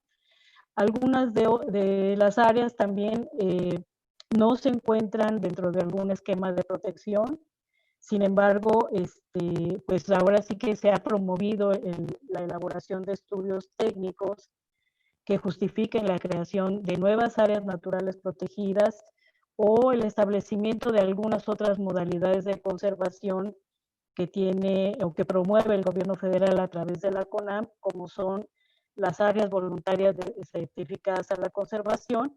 En este caso, en Cuchillas de la Zarca, que es un área de pastizales en muy buen estado de conservación entre los estados de Chihuahua y Durango, ¿verdad? Contamos con estos estudios técnicos. Entonces, aquí se muestran en este plano, pues en el caso de Janos de Valles Centrales, de las Lagunas del Este, Cuchillas de la Zarca, Mapimí, el Valle de Colombia, Cuatro Ciénegas y el Tokio, como una de las áreas que también son importantes para la conservación de aves de pastizal. Muchas de estas áreas han sido trabajadas por diferentes iniciativas, tanto de México como de Estados Unidos.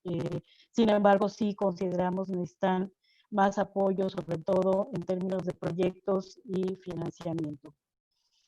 En este otro plano, ustedes lo que pueden ver son las áreas naturales protegidas ya, los polígonos de las ANPs que maneja la Comisión Nacional de Áreas Naturales Protegidas, particularmente en el estado de Chihuahua, Durango, Coahuila, Zacatecas, Tamaulipas, etcétera, ¿no? Entonces, aquí ustedes pueden ver la lista de las ANPs, está Maderas del Carmen, Cuatro Ciénegas, Cañón de Santa Elena, la Reserva de la Biosfera Mapimí, Ocampo, la cuenca alimentadora del Distrito Nacional de Riego Don Martín, el área de protección de flora y fauna médanos de Samalayuca, el Parque Nacional Cumbres de Majalca y el Parque Nacional Sierra de Órganos en Zacatecas. Prácticamente estamos abarcando la mitad del país en diferentes esquemas de conservación y de manejo, ¿verdad? Cada categoría de manejo, en el caso de las áreas de protección de flora y fauna, está específica para la protección justamente y conservación de la flora y fauna. En el caso de las reservas de la biosfera se considera también no solo representaciones biogeográficas, la presencia de flora y fauna en riesgo, sino también la interacción cultural que hay entre el hombre y la biosfera, ¿verdad? Tenemos parques nacionales, los parques nacionales prácticamente están decretados y reconocidos por su belleza escénica, por la integridad de sus paisajes y por la oportunidad que tienen para realizar actividades más encaminadas al turismo de naturaleza. ¿Qué es lo que estamos haciendo en la CONAM? A través de fondos que prácticamente son fondos destinados del propio gobierno federal para las áreas naturales protegidas. Hay también fondos internacionales que se reciben en el caso de, por ejemplo, de la Reserva de la Biosfera Janos, del Fondo para el Medio Ambiente Mundial, del GEF, en diferentes proyectos que se han llevado a cabo ahí. Ahora estamos aplicando fondos privados, ¿verdad? A través del Fondo Mexicano para la Conservación de la Naturaleza. Y lo que hemos estado impulsando, como les comentaba, era la iniciativa de nuevas áreas naturales protegidas decretadas por el Ejecutivo, por el Presidente de la República, particularmente para conservar los pastizales centrales del desierto chihuahuense, el área también de Cuchillas de la Zarca, que son los pastizales que están entre Chihuahua y Durango, el cañón del Peguis, que es un área de conectividad ecológica también con el cañón de Santa Elena, ¿verdad? Más en una visión de conectividad ecológica y de conservar los paisajes de pastizal que afortunadamente todavía tenemos, ¿verdad? Y las áreas destinadas voluntariamente a la conservación, que son iniciativas privadas o de ejidos o de comunidades agrarias que tienen el interés de conservar alguna superficie de su propiedad, implementando mejores prácticas, ¿verdad? Aquí las áreas voluntarias destinadas a la conservación no son áreas restrictivas donde no sea posible hacer nada, sino prácticamente lo que nosotros queremos es inducir a las mejores prácticas, en este caso para el manejo de pastizales, sería la ganadería sostenible. En muchos casos también la agricultura orgánica, la agroecología, como lo veíamos en las presentaciones anteriores, son iniciativas muy importantes, sobre todo para trabajar con los dueños de la tierra, que son, digamos, nuestro principal objetivo en las estrategias de conservación de la biodiversidad y los paisajes y los ecosistemas. Otra de las acciones o de los trabajos que más estamos realizando es el tema de la recuperación de especies en riesgo. Es una línea estratégica también de la Comisión Nacional a nivel nacional en todas las áreas naturales protegidas y particularmente en lo que se refiere al desierto chihuahuense y a las áreas de pastizal. Estamos trabajando en la recuperación y la reintroducción del bisonte americano, que es una especie emblemática que reconocemos que es una especie binacional o trinacional, ¿verdad? Porque su hábitat natural pues es prácticamente todo el desierto chihuahuense desde Norteamérica hasta el centro de México. La reintroducción y recuperación del berrendo americano, ahí hemos tenido también buenos logros, también con la cooperación con Estados Unidos, con el Servicio de Caza y Pesca. Nos han donado hace año y medio una manada de 100 berrendos mexicanos que reintrodujimos en algunos ranchos aquí en el estado de Chihuahua, en lo que le llamamos la zona de influencia de la Reserva de la Biosfera Janos. Con mucho éxito se cruzaron, ¿verdad? Se encontraron con las manadas que hay aquí y se están reproduciendo. Tenemos también acciones de monitoreo biológico para el caso de aves de pastizal y en particular para el halcón aplomado, para el águila real, para el perrito llanero de cola negra. Y hay una estrategia que ahora está impulsando particularmente el secretario Víctor Manuel Toledo y el comisionado nacional, y es esta idea de producir conservando, ¿verdad? Es decir, acompañar a los dueños de la tierra, proporcionarles medios, es decir, subsidios, recursos financieros, tanto federales como internacionales, ¿verdad? Para hacer mejores prácticas agrícolas, mejores prácticas ganaderas, la recuperación de áreas de pastizal que fueron sometidas a prácticas inadecuadas, ¿verdad? De siembra de pastos, como les decía, el tema de los pastos exóticos es muy fuerte y es muy difícil de manejar. El fomento a la ganadería regenerativa, el fomento a las mejores prácticas agrícolas, que yo lo había comentado, el control de especies exóticas e invasoras, el desarrollo de huertos familiares, que es una forma tradicional de producir o de llevar a cabo actividades agrícolas que están enfocadas prácticamente al sustento de las familias, ¿verdad? A producir alimentos sanos, ¿verdad? Libres de pesticidas, libres de agroquímicos, más en el sentido de la parcela familiar, donde no solo son plantas alimenticias, son plantas condimenticias, ornamentales, medicinales, son animales, ¿verdad? Como gallinas, puercos, vacas también, pero más en el sentido del sostenimiento de las familias, más que de una estrategia de comercialización a gran escala, ¿no? Obras de captación de agua, creemos que el agua es uno de los elementos naturales estratégicos que nos está llevando muchas crisis actualmente, ¿verdad? Tenemos incluso situaciones de conflicto social derivado de la apertura de pozos, la apertura ilegal de pozos, sobre todo en todo lo que es la parte del semidesierto. Viveros para la producción de, por ejemplo, en este caso de sotol, en el caso de las plantas del desierto, pero también apoyamos viveros para la producción de plantas para elaborar artesanías, para materiales de construcción, etcétera. Entonces, esta es la idea de producir y conservar. Digamos, de alguna manera hacer viable la idea de que necesitamos conservar los satisfactores para el sostenimiento de la población humana. También tenemos mucho trabajo en lo que se refiere a la gobernanza y participación social, ¿verdad? Todas nuestras áreas naturales protegidas en México tienen gente, ¿verdad? Los dueños de la tierra son particulares, son ejidos, son colectivos, digamos, agrarios y comunidades agrarias. Por lo tanto, la única estrategia y la mejor estrategia es trabajar con las personas en términos de lo que es la toma de decisiones sobre el uso y disfrute de los recursos naturales y en particular para la conservación de los ecosistemas y su biodiversidad.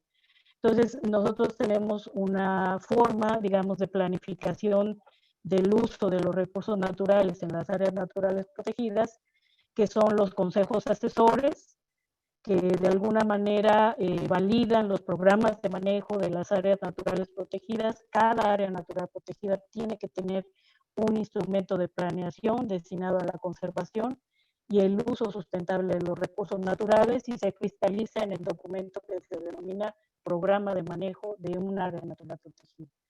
Tenemos reuniones especiales con sectores ganaderos, agrícolas, incluso con los sectores mineros, la iniciativa privada, etcétera, para ponernos de acuerdo en cómo llevar a cabo las mejores acciones de conservación de un área natural protegida.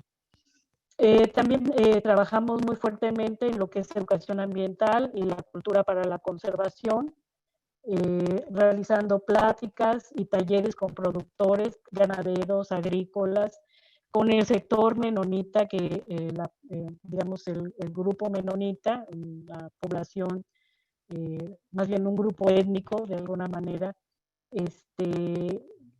con el que tenemos que ir muy de la mano, ¿verdad? Ellos son dueños de grandes superficies de terreno, sobre todo para el área de los pastizales centrales, lejanos, y pues son personas que tienen un poder adquisitivo alto y por lo tanto tienen interés en producir muchos alimentos a gran escala, y ahí tenemos que trabajar mucho con ellos de la mano a efecto de ir cambiando poco a poco la idea, la noción de cómo realizar la agricultura sin el deterioro de los pastizales y por ende de las especies asociadas a ellos, ¿no? Hacemos también ferias, exposiciones en cabeceras municipales a efecto de dar a conocer a la gente lo que son las áreas naturales protegidas, las oportunidades para vivir de alguna manera con más bienestar, ¿no? Vivir con una mejor calidad de vida, conservar la biodiversidad, los paisajes, y ver que hay otras opciones de vida, no solo lo que es la producción agrícola o ganadera, sino que puede haber el turismo, digamos, la actividad cinegética bastante regulada, etcétera. Entonces se trata de ir difundiendo también a través de redes sociales estos mensajes que resaltan los valores biológicos de las áreas naturales protegidas y en particular en el caso de los pastizales, la importancia de conservar los pastizales por los servicios ambientales que proveen para la conservación no solo de las poblaciones humanas, sino de la vida, ¿no? En general, de la diversidad biológica. Prácticamente eso es lo que nosotros estamos realizando en el tema de pastizales. Para nosotros, ahorita el tema presupuestal es un tema que nos enfoca, ¿verdad?, a tener prioridades, sobre todo en materia de conservación. Eso sería por mi parte. Gracias.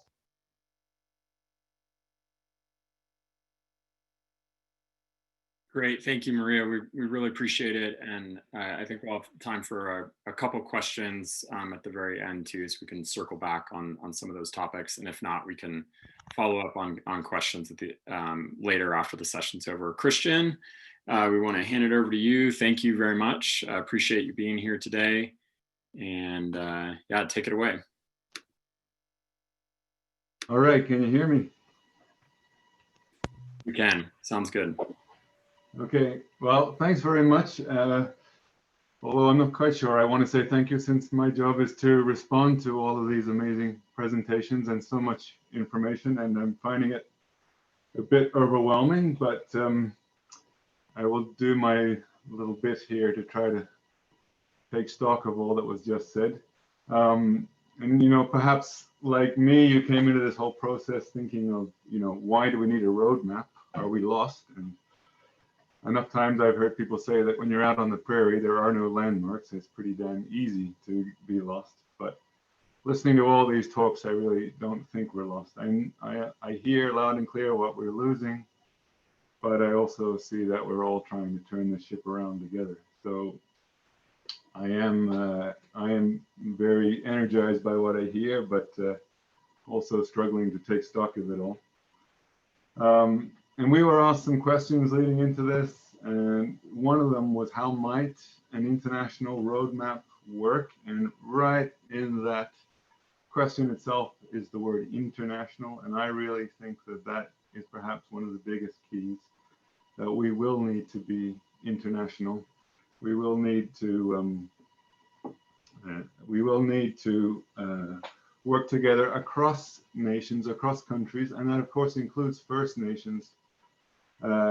And we will need to be perhaps just as incredibly dynamic as our grasslands are in order to overcome the political jurisdictional paraphernalia that so often divides us. And let's face it, it is, society is not speaking in unison on this topic. So I'm really going to try to focus a little bit on the international part in bringing some Canadian perspective to things. I think otherwise what we will have is, you know, we may be able to keep our own pieces of grass, and we may be able to keep some of our own key components, but we will lose the bigger functionality of the large ecosystem that connects us from Canada to Mexico. And that, in fact, is essential for many of the migratory animals that move within that great system. I mean, the challenges to all of this, well, and to a roadmap, of course, there's political challenges, there's political square lines on maps and jurisdictional challenges. And I might add that in Canada, we are certainly no stranger to the problem of too many fences. We have very different rural municipalities and provincial differences that can make it difficult for us even to talk to our neighbors, even across a grassland with little topography. And you know, like one of the challenges, for example, listening to Mike's talk, you know, like just the numbers that Mike is giving for Playa Larga and some of the southern joint ventures in terms of easements and the things, we are really struggling in Canada to get to that level of buy-in and support. And so I see that as something to really ponder on for us as a challenge. But I actually think that what I'm hearing more in the presentations so far is not just aligning across jurisdictions, but it's really the alignment across sectors that is going to be key for this. And I actually start with Matt Lauer's comment right in the opening presentation. He said that it used to be you either farmed or you protected habitat, and now we need to do both. And I completely agree with that sentiment. And I think that, you know, doing both of those things at once is precisely what the roadmap exercise is about. But it is going to have to be beautifully nuanced and complex, just as dynamic as our grasslands are, if we're going to protect all the pieces and leave enough grass right side up, not just for its own sake, but for the connectivity between it from throughout the Great Plains. And if we don't do that, species like, for example, this beautiful chestnut-collared longspur, which in Canada we've lost 90% of this bird's population. And of course, they're going to Mexico to winter. And if we don't, their ability to move between our countries and our jurisdictions will no longer be there, as many other speakers have already alluded to. So another challenge in Canada, we don't have an equivalent of a farm bill up here, and I've long pondered on this question and what it means for Canada. And right now, instead of that, we are heavily invested in basically what we're calling sectoral strategies. And this talk cannot be a lot about programming or detail. This is going to be very big, sweeping strokes response to other speakers. But I will say that we are really trying very hard now to get our ducks in a row in terms of an agricultural sector strategy in Canada. And there's others on this call who are involved in that who can speak better to it. So we are trying to align our conservation initiatives with our agricultural sector here, and Environment and Climate Change Canada. This is certainly a priority for us. At the same time as saying that, I want to recognize that we haven't always done this right. We've made lots of mistakes about this, and listening to Miles Anderson, for example, on the first day of presentations, I think actually we owe a great debt of gratitude to Miles and others like him for getting riled and rolling up their sleeves and getting down to work and sort of showing smart aleck biologists like myself the consequences when you mess with fundamental ecosystem processes like grazing in a grassland. And in fact, we might not even have any greater sage grouse, this species here, left in Saskatchewan, Canada, if it weren't for the folks like Miles. And every time that I feel frustrated with the slow progress, with the democratic progress, with the sort of cumbersome nature and the clumsiness of the few international tools that are at our disposal, I always want to remember those mistakes and the need to bring in and work with community in order not to repeat those mistakes. And so this has been talked about, especially by Jim, but also by a few other people. Actually, it's been really interesting to read several op-eds recently, and in particular, an open letter to the Canadian Prime Minister, calling for, in effect, an agricultural revolution, that word agroecology that Jim introduced. So it's and Nick also talked about this, it's been extremely interesting in the context of a global pandemic to see words like food security and food sovereignty rise to the top and be put in a spotlight. And please don't get me wrong, I'm not speaking in any way in a nationalistic sense here, but I do think that this is opening up a conversation around food production in situ, around food production regionally, and alignment of food production with biodiversity preservation that maybe will get us to our societal conversation about ecosystem and landscape and what those things mean, and ecosystem process and function and dynamism and what that means. And so I just want to share this Google Earth image. This is from, I guess, my little corner of the world. You could say I spent 20 years in Manitoba, and this is where I learned to fall in love with prairie. In fact, this is where all of the photos that I've taken in this presentation come from. Here you're looking at southwestern Manitoba, southern Saskatchewan, and northern North Dakota. And if you're like me, the first thing that you'll see in this image is a bunch of little green squares. And that's because the whole thing is completely divvied up into sections and quarter sections, and there really isn't any more of that sea of grass that people have talked about. You look hard to find it. You maybe see a glimpse of it if you visit a very large community pasture, some of the few large community pastures we have left. But we were asked what the greatest needs of the grasslands were, and I would say it's really space and time. This all needs space to grow again. It needs space to die back and time to be grazed and browsed and burnt and windswept. It needs time for all those dynamic processes to interact, for the water to come, for the water to go, for the roots to carry all that sunlight deep down in the earth, and all of those amazingly complicated underground processes that others have talked about, which we don't see, but which are so integral to this system. And yet, contrast that with the way our society operates. You know, we love our straight lines, we love divvying everything up into parcels, everything is spoken for, allotted for, and even if, as Monica told us, even if some get an ever decreasingly small share, so with space at a premium, this is, I think, more important than ever. And it's important really that we do it regionally. I think that we really need to understand the differences as well as the similarities that we share.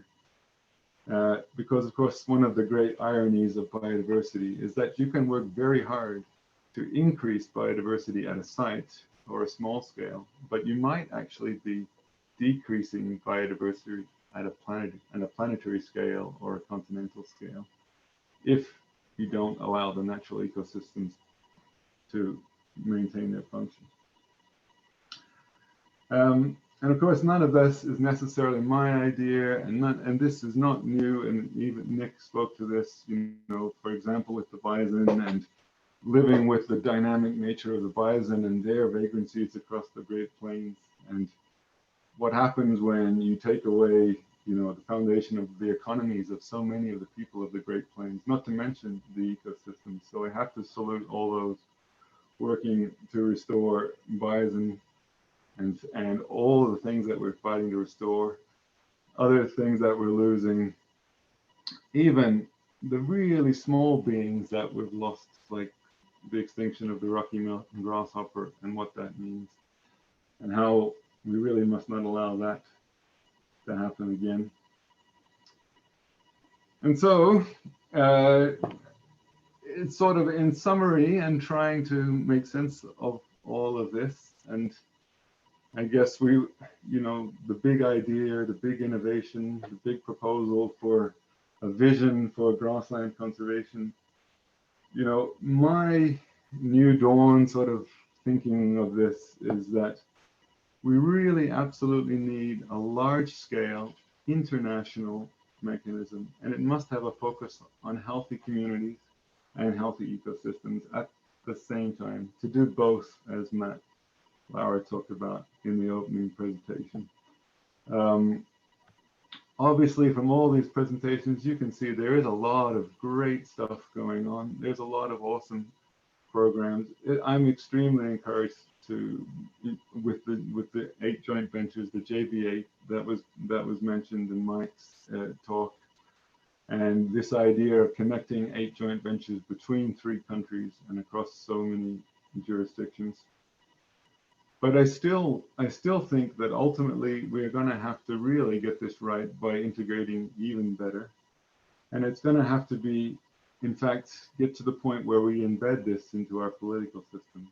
And as Nick mentioned, philanthropy alone will not get us there. This is going to have to be systematic, and it's going to have to be ultimately woven into our cultural fabric, as Maria Elena spoke to there. So this is, you know, I dream of, you know, a bigger mechanism that, rather than being based on something like recreational hunting, perhaps might be based on agriculture and the integration of biodiversity preservation into agriculture. And as it was already said, there was a mention, I think it was Holly mentioned NACA and the North American Waterfowl Management Plan and the achievements when we do get together across jurisdictions to do conservation. And I also salute those. But I really have to say that more than anything, it was Mother Nature who did the recovery of waterfowl populations since the 1970s. It was rain and decades of rain that did it. That when we left enough wetland basins and when we left enough tools at her disposal, it was Mother Nature that did the job of recovery. And so that is where we are going to have to allow our grassland progress to be. And I see that as in this integration of healthy habitats with healthy foods,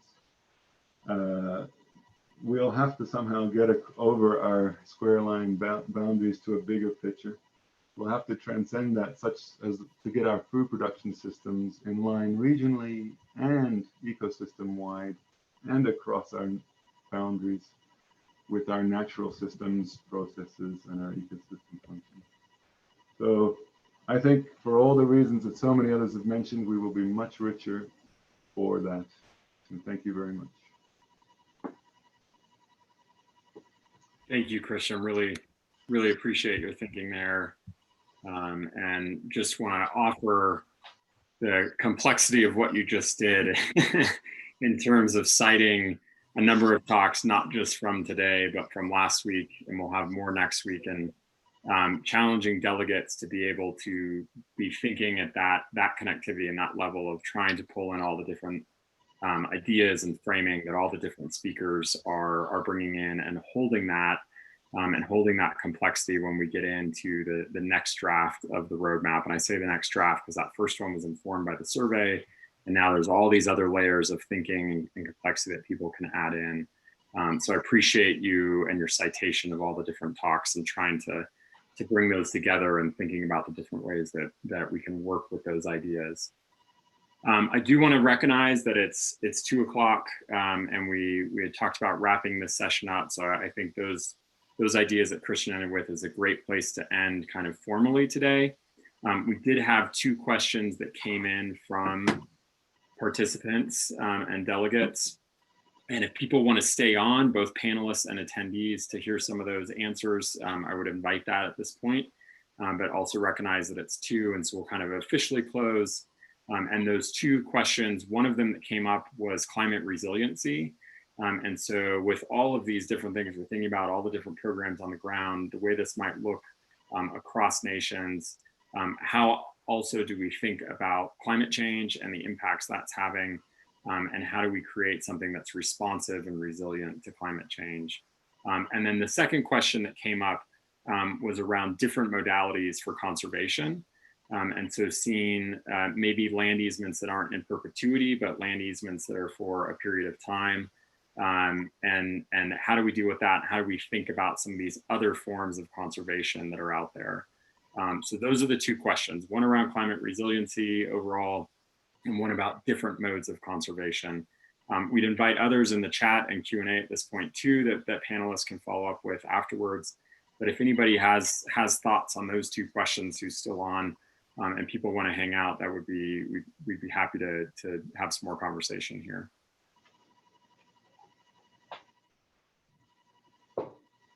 I guess I'll go on those 2 questions. Thanks, Nick. I guess for the first one on climate resiliency, and talking about, coming from my community, climate change is real. It's real, and it's real every year because out in the rural area, we see it firsthand. We see it from years ago, hail, the size of hail coming pea-sized to now there's softball-sized hail coming. We get snow in tons, and then due to climate change, we have tons of water that turn in, that basically flood out our waterways and stuff. But I guess climate resiliency, I see it more within the community base is getting back into home-based production, getting back into reconnecting with our environment and living off the land, utilizing the land for start, utilizing the land, all the way down to the square foot of understanding for production. Because when we talk about climate, when we talk about global warming, when we talk about industry, that involves movement. That involves you going somewhere else to acquire something that you need. But for that to be resilient, it is being more home-based, starting to develop those key infrastructures, those key connectiveness that you need. And food systems are those. We can think of that as in traditional sense, we can think of that as a modern sense, but developing communities that center around food systems will help combat those things that basically plague the world, but also being more connected. And then the other one, what was the other question? Around different modalities of conservation. So thinking about fixed term easements for landowners as opposed to landowners who might not want to commit to lands in perpetuity. So different modalities of conservation in that way. Yeah, we deal with that majorly here because when we talk about right-of-ways, when we talk about accesses, when we talk about units of land, those all become political. Those are political things. Be that we are under different forms of government as a sovereign people with our own government and stuff. And so for us, it's working on those access points to be able to utilize the land, you know, in relation to conservancy or even for production. But across the board, I'm pretty sure that's the same. But identifying more areas that can help develop out those conservancies or those ecosystems for more production, more migration, because that's what we're talking about too. When we talk about birds, when we talk about buffalo, when we talk about, you know, all of these things, they have migration patterns, and so we need more emphasis on those, but also more emphasis on those systems that help us keep us grounded, but also that help us to thrive as people too in a more natural world. So that's kind of my perspective. Great, thank you, Nick. Really appreciate that. Christian or Maria? I mean, that's, yeah, super questions. This makes me think a lot about nature-based solutions. I think that, you know, alternative modalities, well, basically diversity is key in everything, and we will have to be diverse too and accept alternative modalities. For things like that, like for example, fixed term conservation agreements that was mentioned, I do ask myself if that will be a way for us to maybe get something a little bit more dynamic. You know, we do have a model of protected areas or fixed geographies, and I do wonder if ultimately we could get to something a bit more dynamic that allows, but that would have to be, and the only way that would work in my opinion is if that was done within a bigger landscape level sort of plan. So if we had sort of sufficient key areas, key rests, key and sufficient percentages of natural cover maintained at all times and things like that. Of course, I do worry about undoing what we've done. Of course, I do worry that, you know, short-term gains may not translate long enough. So I say this with some trepidation. But I think if we ultimately got it right, that we perhaps could come up with a more dynamic approach to grassland conservation. It really does take us outside of our box of putting a square box and a border and a fence around things and saying this is nature and humans keep out. The whole working lands thing and what it means is absolutely going to require different modalities, absolutely going to require different tools in different regions, absolutely going to require that we give a bit and take a bit, but and compromise a lot probably. But I would like to see us moving the conversation in that direction of something dynamic and what a dynamic system could be that allows for those ecosystem processes and to be maintained, which of course is bison grazing, which of course is fire, which of course is wet and dry and drought, and all of those things that shape the prairie. Great, thank you, Christian. I just want to point out in the chat, a delegate had posted a resource for a pretty dynamic tool that thinks about what you were saying, Christian, in terms of being less static and more dynamic in our response. And that's a tool by the Nature Conservancy. So that link is posted for people to think about and look at. I know that will likely be part of the conversation during next week's session too. Marie, I know we had a little bit of feedback, but I just want to hand it over to you. I think we're good if you have questions or some ideas about these pieces. Thank you. Únicamente comentar sobre el tema de las modalidades de conservación. En México sí se han estado buscando estos otros esquemas de promover con la gente, sobre todo porque aquí los dueños de la tierra no es el gobierno, ¿verdad? Toda la tierra tiene ejidos, comunidades, propiedad privada. Entonces, para hacer conservación vía un decreto presidencial, se afectan en lo regular muchos intereses y no siempre es muy aceptado un decreto presidencial por la gente, ¿verdad? Sobre todo porque siente afectados sus intereses. Entonces, por ejemplo, la modalidad voluntaria lo que promueve es eso, o sea, el interés del particular, del ejido, de la comunidad indígena, por conservar su patrimonio natural, sus recursos naturales, y lo que se hace es de alguna manera certificar esa voluntad y apoyarlos en hacer un programa de manejo que está encaminado a la conservación de la biodiversidad y los recursos naturales. Y es hacer de alguna manera un contrapeso a esta modalidad de decreto presidencial que mucha gente lo puede ver como autoritario, como limitante, como ultraconservacionista, que no permite que la gente realice actividades productivas, por ejemplo, ¿no? Entonces, lo que se trata es justamente que los nuevos decretos de áreas naturales protegidas incorporan participación social, opiniones de la gente, pero sí un esquema regulatorio que garantice la conservación de la biodiversidad a futuro. Sin este esquema regulatorio, difícilmente se puede avanzar, pero sin embargo en el camino tenemos muchas piedras porque no todo el mundo quiere ser regulado.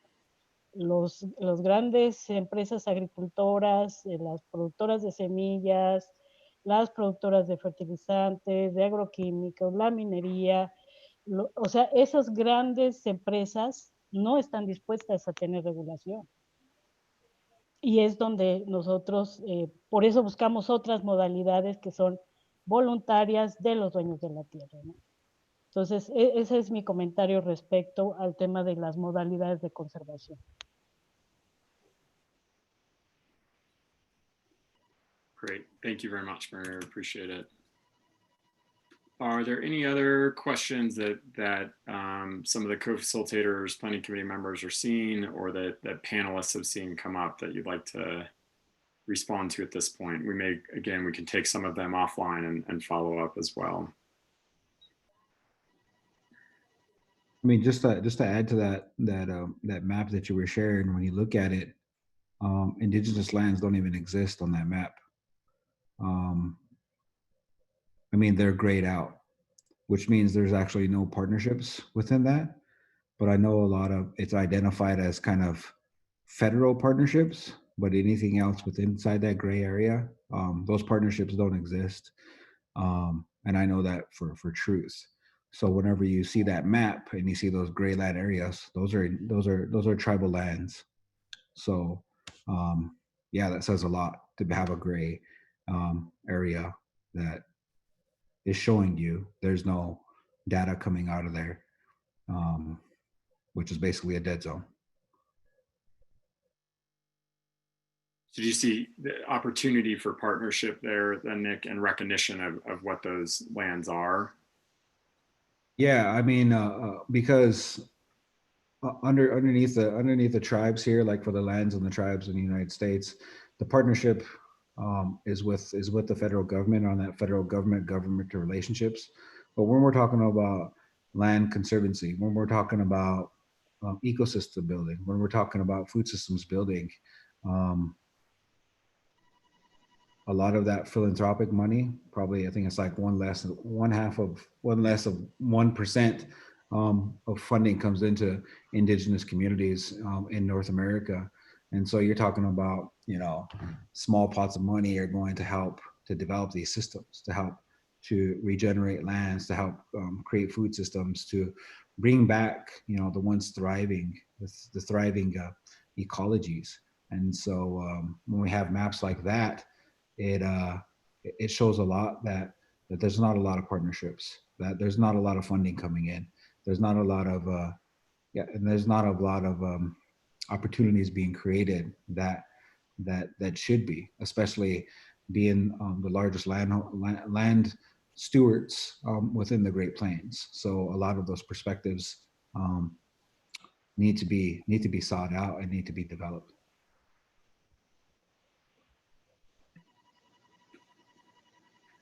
Nick, if you're okay, another question came in that I think would kind of go a little bit further with that. And I just want to point out, this is a great example where something that we're talking about in these talks could be elevated to a proposed solution in the roadmap. So increasing funding for partnerships with indigenous and tribal lands could be one of the things I could see as an example of going into the roadmap. And another delegate just asked, how might the various sectors who are working on this roadmap work more closely with tribes? So I think the funding one that's being elevated there is maybe part of the answer to that, but how else can sectors sort of be called out to work more closely? By partnering with the organizations who are actually on the ground and trying to make trying to make that change they want to see, you know, because a lot of outside organizations, federal programs have came in, you know, providing a service, but it's organizations like mine that actually never really seen the benefit in a lot of those, or they, you know, are they really never created an opportunity with that. So a lot of us grassroots organizations or grassroots people alone are taking it upon ourselves to create these opportunities and relative use of resources and development of lands, but also getting familiar with the use of those lands, because, you know, we're talking about 85-year-old constitutions. We're talking about 85-year-old policies that are wrapped around accessing of lands and having to work through those red tapes. But when we talk about conservancy, when we talk about use, you know, we talk about reconnection back to the natural world. And so that's what we want to do, and that's what we want to see, because the benefit is there, especially in places that are untapped, not as in the modern term of development, but untapped as in its use to help us grow as a people and help us to acquire those natural things that are naturally created. Great, thank you, Nick. Any other thoughts from other panelists or closing thoughts from people? I think we've come to all the questions that came in. I know some maybe got mixed in with other questions, or we didn't quite get to them, but as I said, we will get back on anything we didn't touch on today. So any other responses at this point?